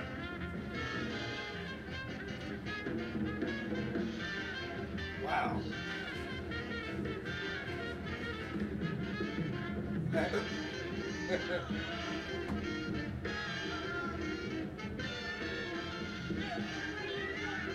This is really good, but I saw some stuff that was more organic. It was like these people after work dancing at the bar. You know, it wasn't. Yeah, that's crazy, right? We did that girl. She did a flip to him. He threw her over his head in a flip and caught Pulled her underneath her his legs. between his legs and pulled her back through. Yeah, that's crazy. There we go.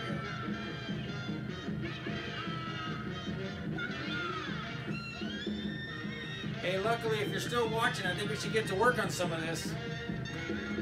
We're going to need to do this next year at base camp.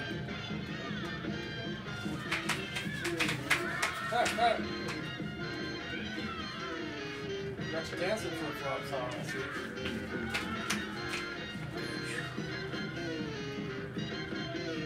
Stop dancing, boy. You're going to fall in here.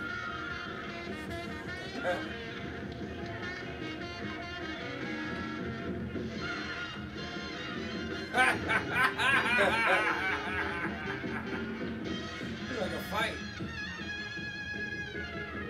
I said let me get a kiss on the neck. Man, this must have been some work to produce. Like this. The organic one was really good, but this is insane choreographed.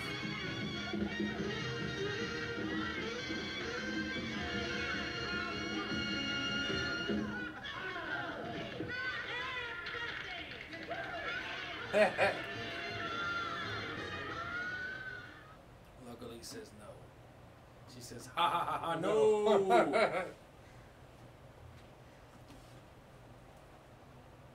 Oh, Lindy? No, that's 40s era dancing. This is 10 minutes. Oh, the Lindy Lindy Hop, Hop, that must yeah. be part of the... Let's just stop that right here. Maybe go back to the search. There's some other possibilities here. Oh, you mean all the way back? Yeah. There you go.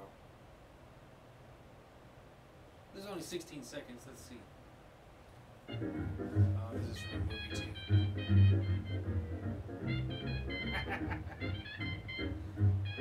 It's funny to me that it turns up these really super plain Jane results. Yeah. Like, no, you know that's not what we're looking for. Check out this one down here. Real Black Bottom Dance. All right. The Real Black Bottom Dance, 1927. 2 years later, on my birthday, the stock market crashed. This is closer to what you were saying. Many dance enthusiasts have seen the ballroom version of the new Black Bottom Dance, the challenger of the Charleston, but few have seen the original steps, so we got Miss Melrose to dance them for us. Oh, so this was the challenger to the Charleston, which goes like this. Oh, yeah. Get down!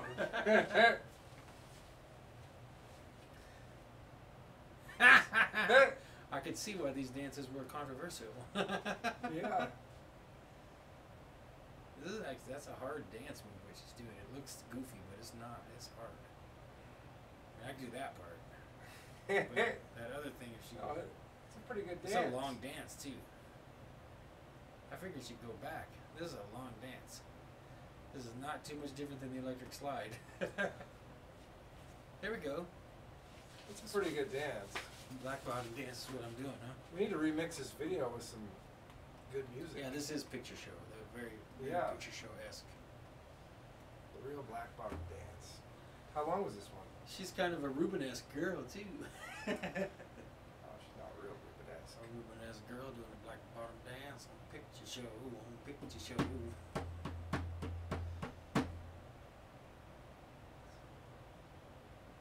It's a long dance. Yeah. What, you're supposed to just learn all these parts and like improvise at your leisure? Is that how it works, you think? Or Maybe. I gotta be careful. I'll start. Wish we could hear the. It'll be 6 sound, weeks later man. and like, what's Sean doing? Like, we're still reading about dancing. There's a black bottom dance in France. Let's try again. Maybe there's some music. One more time. One more time. Black bottom dance, you make the YouTube world go round. A voice le verite. Oh, so look, the press has been coordinated forever. You see that? The French, this is the real black bottom dance video too. Exécuté spécialement pour partie journal palais professeur Walter's Galet et l'an dancier Maya Mithras, huh? Maya. Mithro. Mirth. It's Mirth. Okay, that's Mirth. True, yeah. Yeah, that last I dance remember was this kind of dance. twerky. Yeah, it was.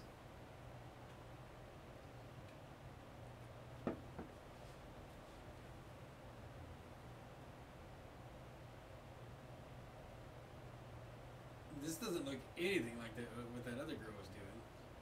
No. So is the other one the real one and this is the propaganda? Like, have you seen the black bottom dance? Like, well, of course I have. I know the real one. Monsieur. It goes like this. You're like, no, man, the one's like... No, sir. No, sir. You must not watch Fox News. You must watch CNN. It's a black bottom dance. Tristan, maybe we're getting close to the end of the show. You want to do the last 10 minutes looking at this? Check that out. Interviews with elderly people throughout the U.S. Oh, 15 minutes. That sounds... snap. That's really tempting if it's good. Well, let's check it out for 2 minutes and see if... Let's at least see the beginning of these interviews here. Maybe we got some sound here. 3/4 Century Club in Maine, USA. Various ages. Hey, what can I say to you? He wants me to talk to you. Well, anything. How old man are you? 82. 82? 82. Oh, I got that when I was a young fellow, about 15 years old, and I've had it ever since. He's 82? He's looking pretty good for 82. In the shade or? In the sun.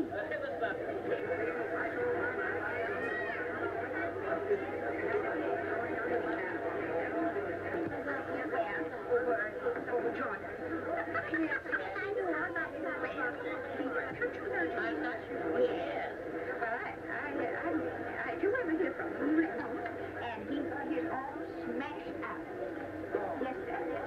Not the telephone phone down. And they had Moses' farm. Two old heads. Something's never changed.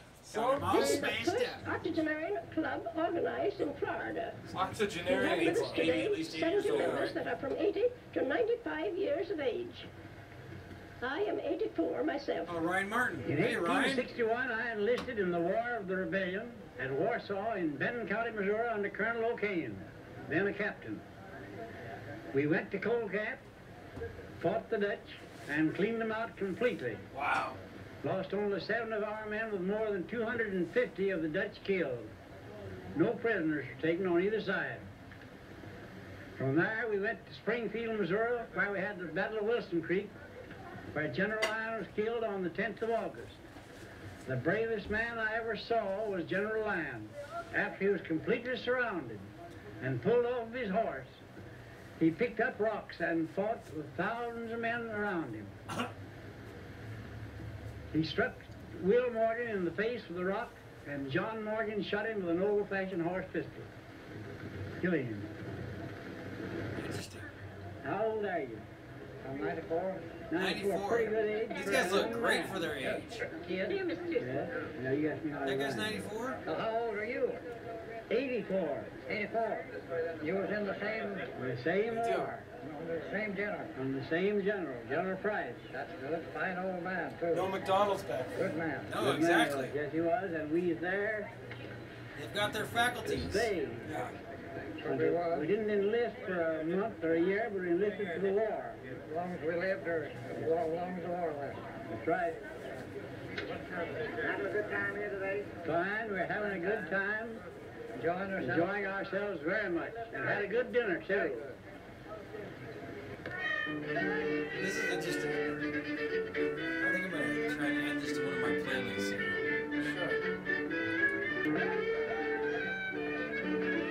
Sure. You share it to yourself.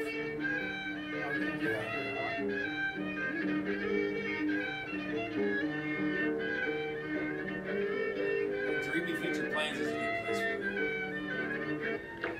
Because I want to be 84. Yeah. I'll even be 94 if they'll let me. Yeah, be 1200 and I think I already am. 8100. This is a happy day of my life. The first 100 years is the hardest, but I'm sure it is some consolation. I had rather live in California under an oak tree than any other climate. Californians are conceited no matter what. Yeah. Happy birthday. 100 years ago, No Jesus. famous age, does it? Come on, it's your 100th birthday. Oh, it's certainly wonderful. Now, are you feeling fit for a waltz, are you? Fine, let's waltz. Oh, slow down and let her dance with it.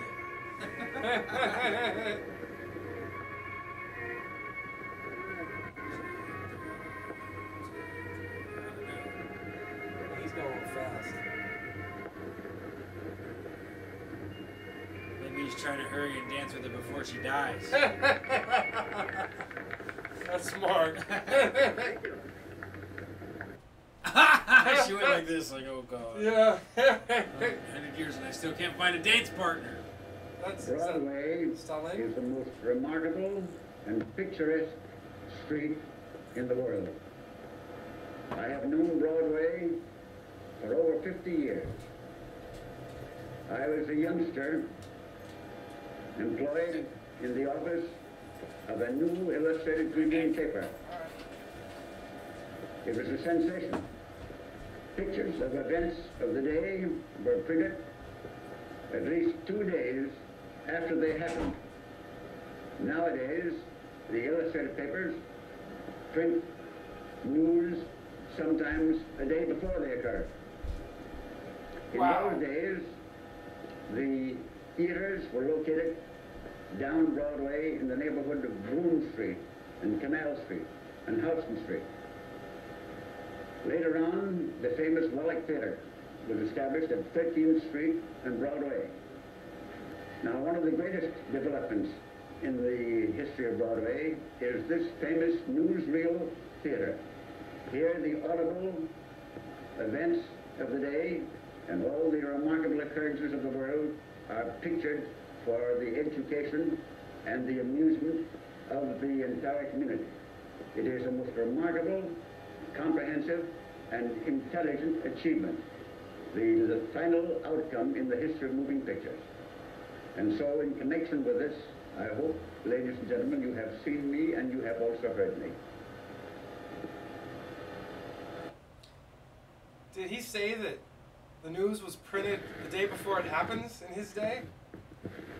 That's crazy. Mr. Cole, what kind of parents did you have? My father and grandfather were Baptist ministers. My grandmother and mother were members of the Baptist church. What kind of an environment was you raised in? Well, I lived with my father in different places where he was preaching and tried to give God. What I miss? How The much old of man an said that, education did you have? Nowadays, the news is printed the day before it happens. Really? Yeah. Wow. Wow. You wanna I'm almost tempted to rewind Yeah. that. Go back a little bit. Think we go that far? Is it Keep this going. guy? No, keep going. It's this guy. This Go guy? to the beginning of this guy. Keep going. Because yeah, that's when I left. Was this guy?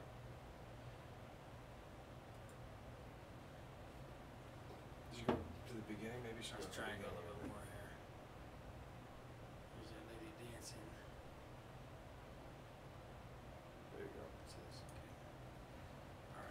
Daniel Frohman, theater manager. Oh, he would know a theater manager. Yeah. Aged 78. Huh?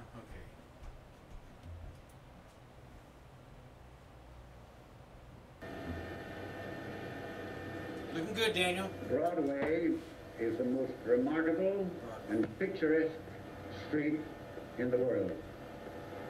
I have known Broadway for over 50 years. I was a youngster employed in the office of a new illustrated evening paper. It was a sensation. Pictures of events of the day were printed at least 2 days after they happened. Nowadays, the illustrated papers print news sometimes a day before they occur.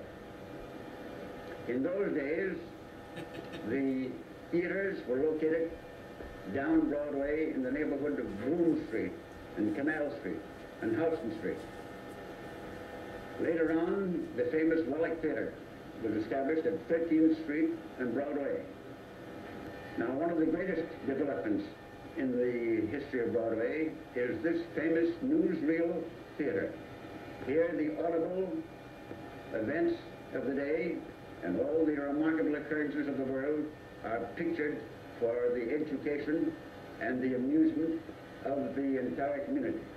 It is a most remarkable, comprehensive, and intelligent achievement. Did he say audible? Because it's... I didn't catch it. Did he definitely say audible? It sounded like he said audible. The audible...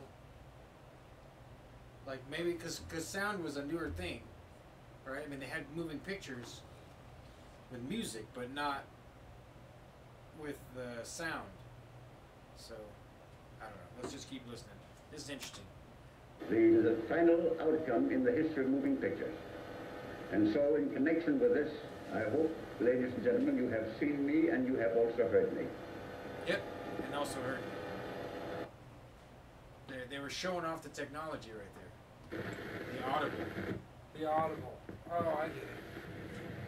What Mr. about them saying the news was what kind of printed parents did you day have? before it happens?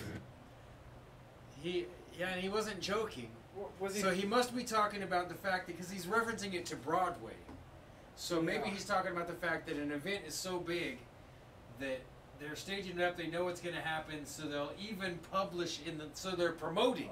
He's talking about it being a promotion, I think. I see. You know, something would happen and you would learn about it 2 days later, but now you'll see things even before they happen because, you know, Tonight Meryl it's Streep's going to be naked on stage tomorrow. Yeah. We're going to tell you 2 days in advance so you'll show up and buy a ticket, right? Well, some people will. Oh, people still would now. Streep. Not Meryl for the same Streep reason. No. Streaking down the street? I'm sure it's happened. Probably down at Burning Man right now. Or whatever that's going on. Here we go. My father and grandfather were Baptist ministers. My grandmother and mother were members of the Baptist church. What kind of an environment was you raised in? Well, I lived with my father in different places where he was preaching and tried to give a boy. How much of an education did you have? Public schools in the different towns, academy, and seminary. What habits have you formed? I never drank anything, and I never don't smoke, nor chew. I haven't any bad habits. What are your politics? Republican now. It used to be before the Republican Party. Well, we voted the Whig ticket. Whig. What kind of a world would you have if you could have it the way you want it? I would have people honest with each other and do away with their bad habits if they have any. And I guess that's all.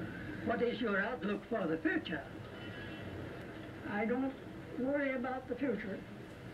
I'm going to live as long as I can, and I'm happy. and living. May there be no mourning of the bar when you put out to sea.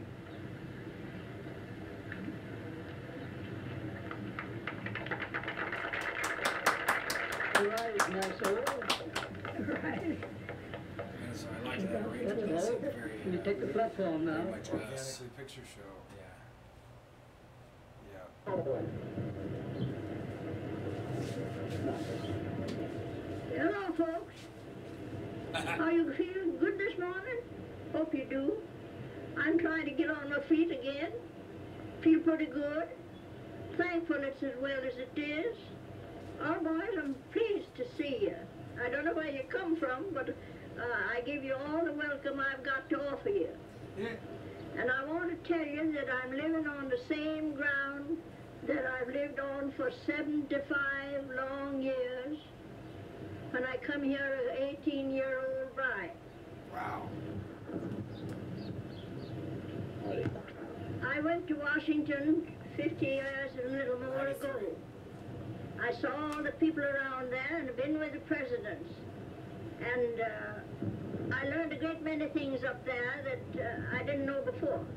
I'll add a little more to it. I was one of the board of lady managers for the Chicago Exposition. And I served my full time in Chicago and learned a good many things over there. I was a delegate to the Tennessee Centennial Exposition. I was a delegate to St. Louis, a juror at St. Louis. I think for a North Georgia cracker of my size and age, I've had a pretty good education on that line. And you all right? I was a 3-year-old girl when the Indians were moved from this country I just go do it. to Yes, ma'am. Indian territory. I have an indistinct recollection of seeing the red men as they went through the woods, for everything was woods nearly at that time. I have a distinct impression, if a 3-year-old child can have it. Nevertheless, I've been here since that time, and I've seen the march of progress all the way. At that time, we had only stagecoaches, and we only had horses and buggies, and we had lots of footback travelers. Now I've seen it come along all this way, and the airplane goes over this, over my house, going on its way, and it's got to be such a common thing. The old girl don't go even out to see if she can look at it. She's my favorite so far. I was born in Pumpkin Plains, Mars County, New Jersey, July the 27th, 1829, and was brought by my parents to New York City the following year. New York City has very materially changed in its appearance from those days. Then It's changed. New York City's changed in 100 years. Buildings of a character much lower in height than at present. Now it is with buildings of massive height and 15 to 20 stories, filled, occupied with people who are transacting all sorts of business and seemingly are successful in their undertakings. Seemingly. To me, to remain as long as I may be of use and benefit to my fellow beings and to the city of New York, which has always extended to me favors upon favors which I can never forget nor can never repay. Wow. Railroad engineer. Of course he wants to be shown climbing off his engine. I wonder when the war begins. Fine. Hey, dear boy. Goodbye. Goodbye, my boy. Where the war begins. This is what AC's dad did. Right here. It's gotta be fun. Yeah. My name is John F. Riley. I was born in Valley Falls, Rhode Island. November the 16th, 1859. I entered railroad life as a newsboy in 1874 on the New Haven Railroad. In 1878, I became a yard switchman. The days of the Pinnington Trumpling and the hand brake. I became a fireman in 1881. I've been an engineer for 42 years. And as this is my last run, I must all bid you goodbye.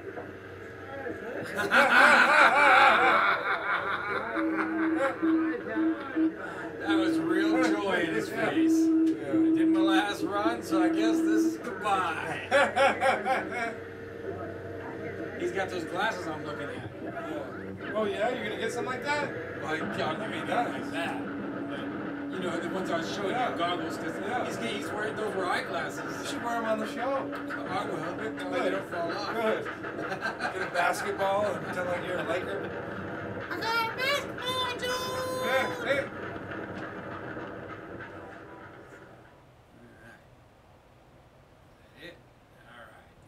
That was amazing. That was terrific. That was awesome. Well, I was really counting on somebody in the chat reminding us about the Bogdanoffs, but they didn't. So I guess we're just going to have to close the show this way, man. Yeah, maybe so. I thought maybe someone would have to remind us about it, and then we'd have to be saved from them.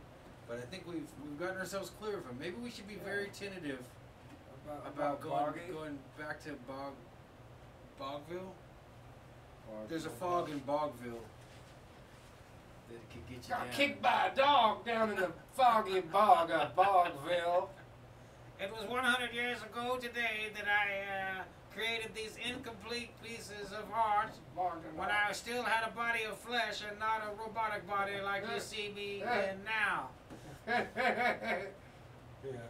I don't really talk like this. I don't really talk at all. What you're seeing is a 3D projection manifestation of a man from 1929 who was a railroad engineer. I've decided to inhabit the spirit of his celluloid self for this presentation you hear and see now. None of us are really here. This is just being projected onto eyeballs that were grown in a petri dish. We love you, Ryan. Boggles the mind. The Boggles. Bogdanoffs. Yeah, you got to be careful bog pilling it. Don't take too many bog pills. They're not like a red pill or a blue pill. And they're not purple either. They're... Bog pill is kind of a hairy pill. It's a hairy pill. It's a hairy pill. A hairy pill is hard to swallow. Water doesn't help with a hairy pill. Yeah, you get it wet and the hair grows. The hair grows. It's like this big. Yeah, exactly. We can show you, but we put it away for a reason. Put it away for a reason. Alright, well, 10-12, I think this is good enough. We're back. We're back. Alright. We're back. Whew, out of that bog. We'll see you next week, folks. If you have any requests, just comment, like, share, subscribe, or do. Or do! And what we usually say at the end of every show is, okay, bye. Okay, bye. Okay, Okay, bye. Okay, bye. Okay, bye. Crap, where's the OBS? Okay, bye.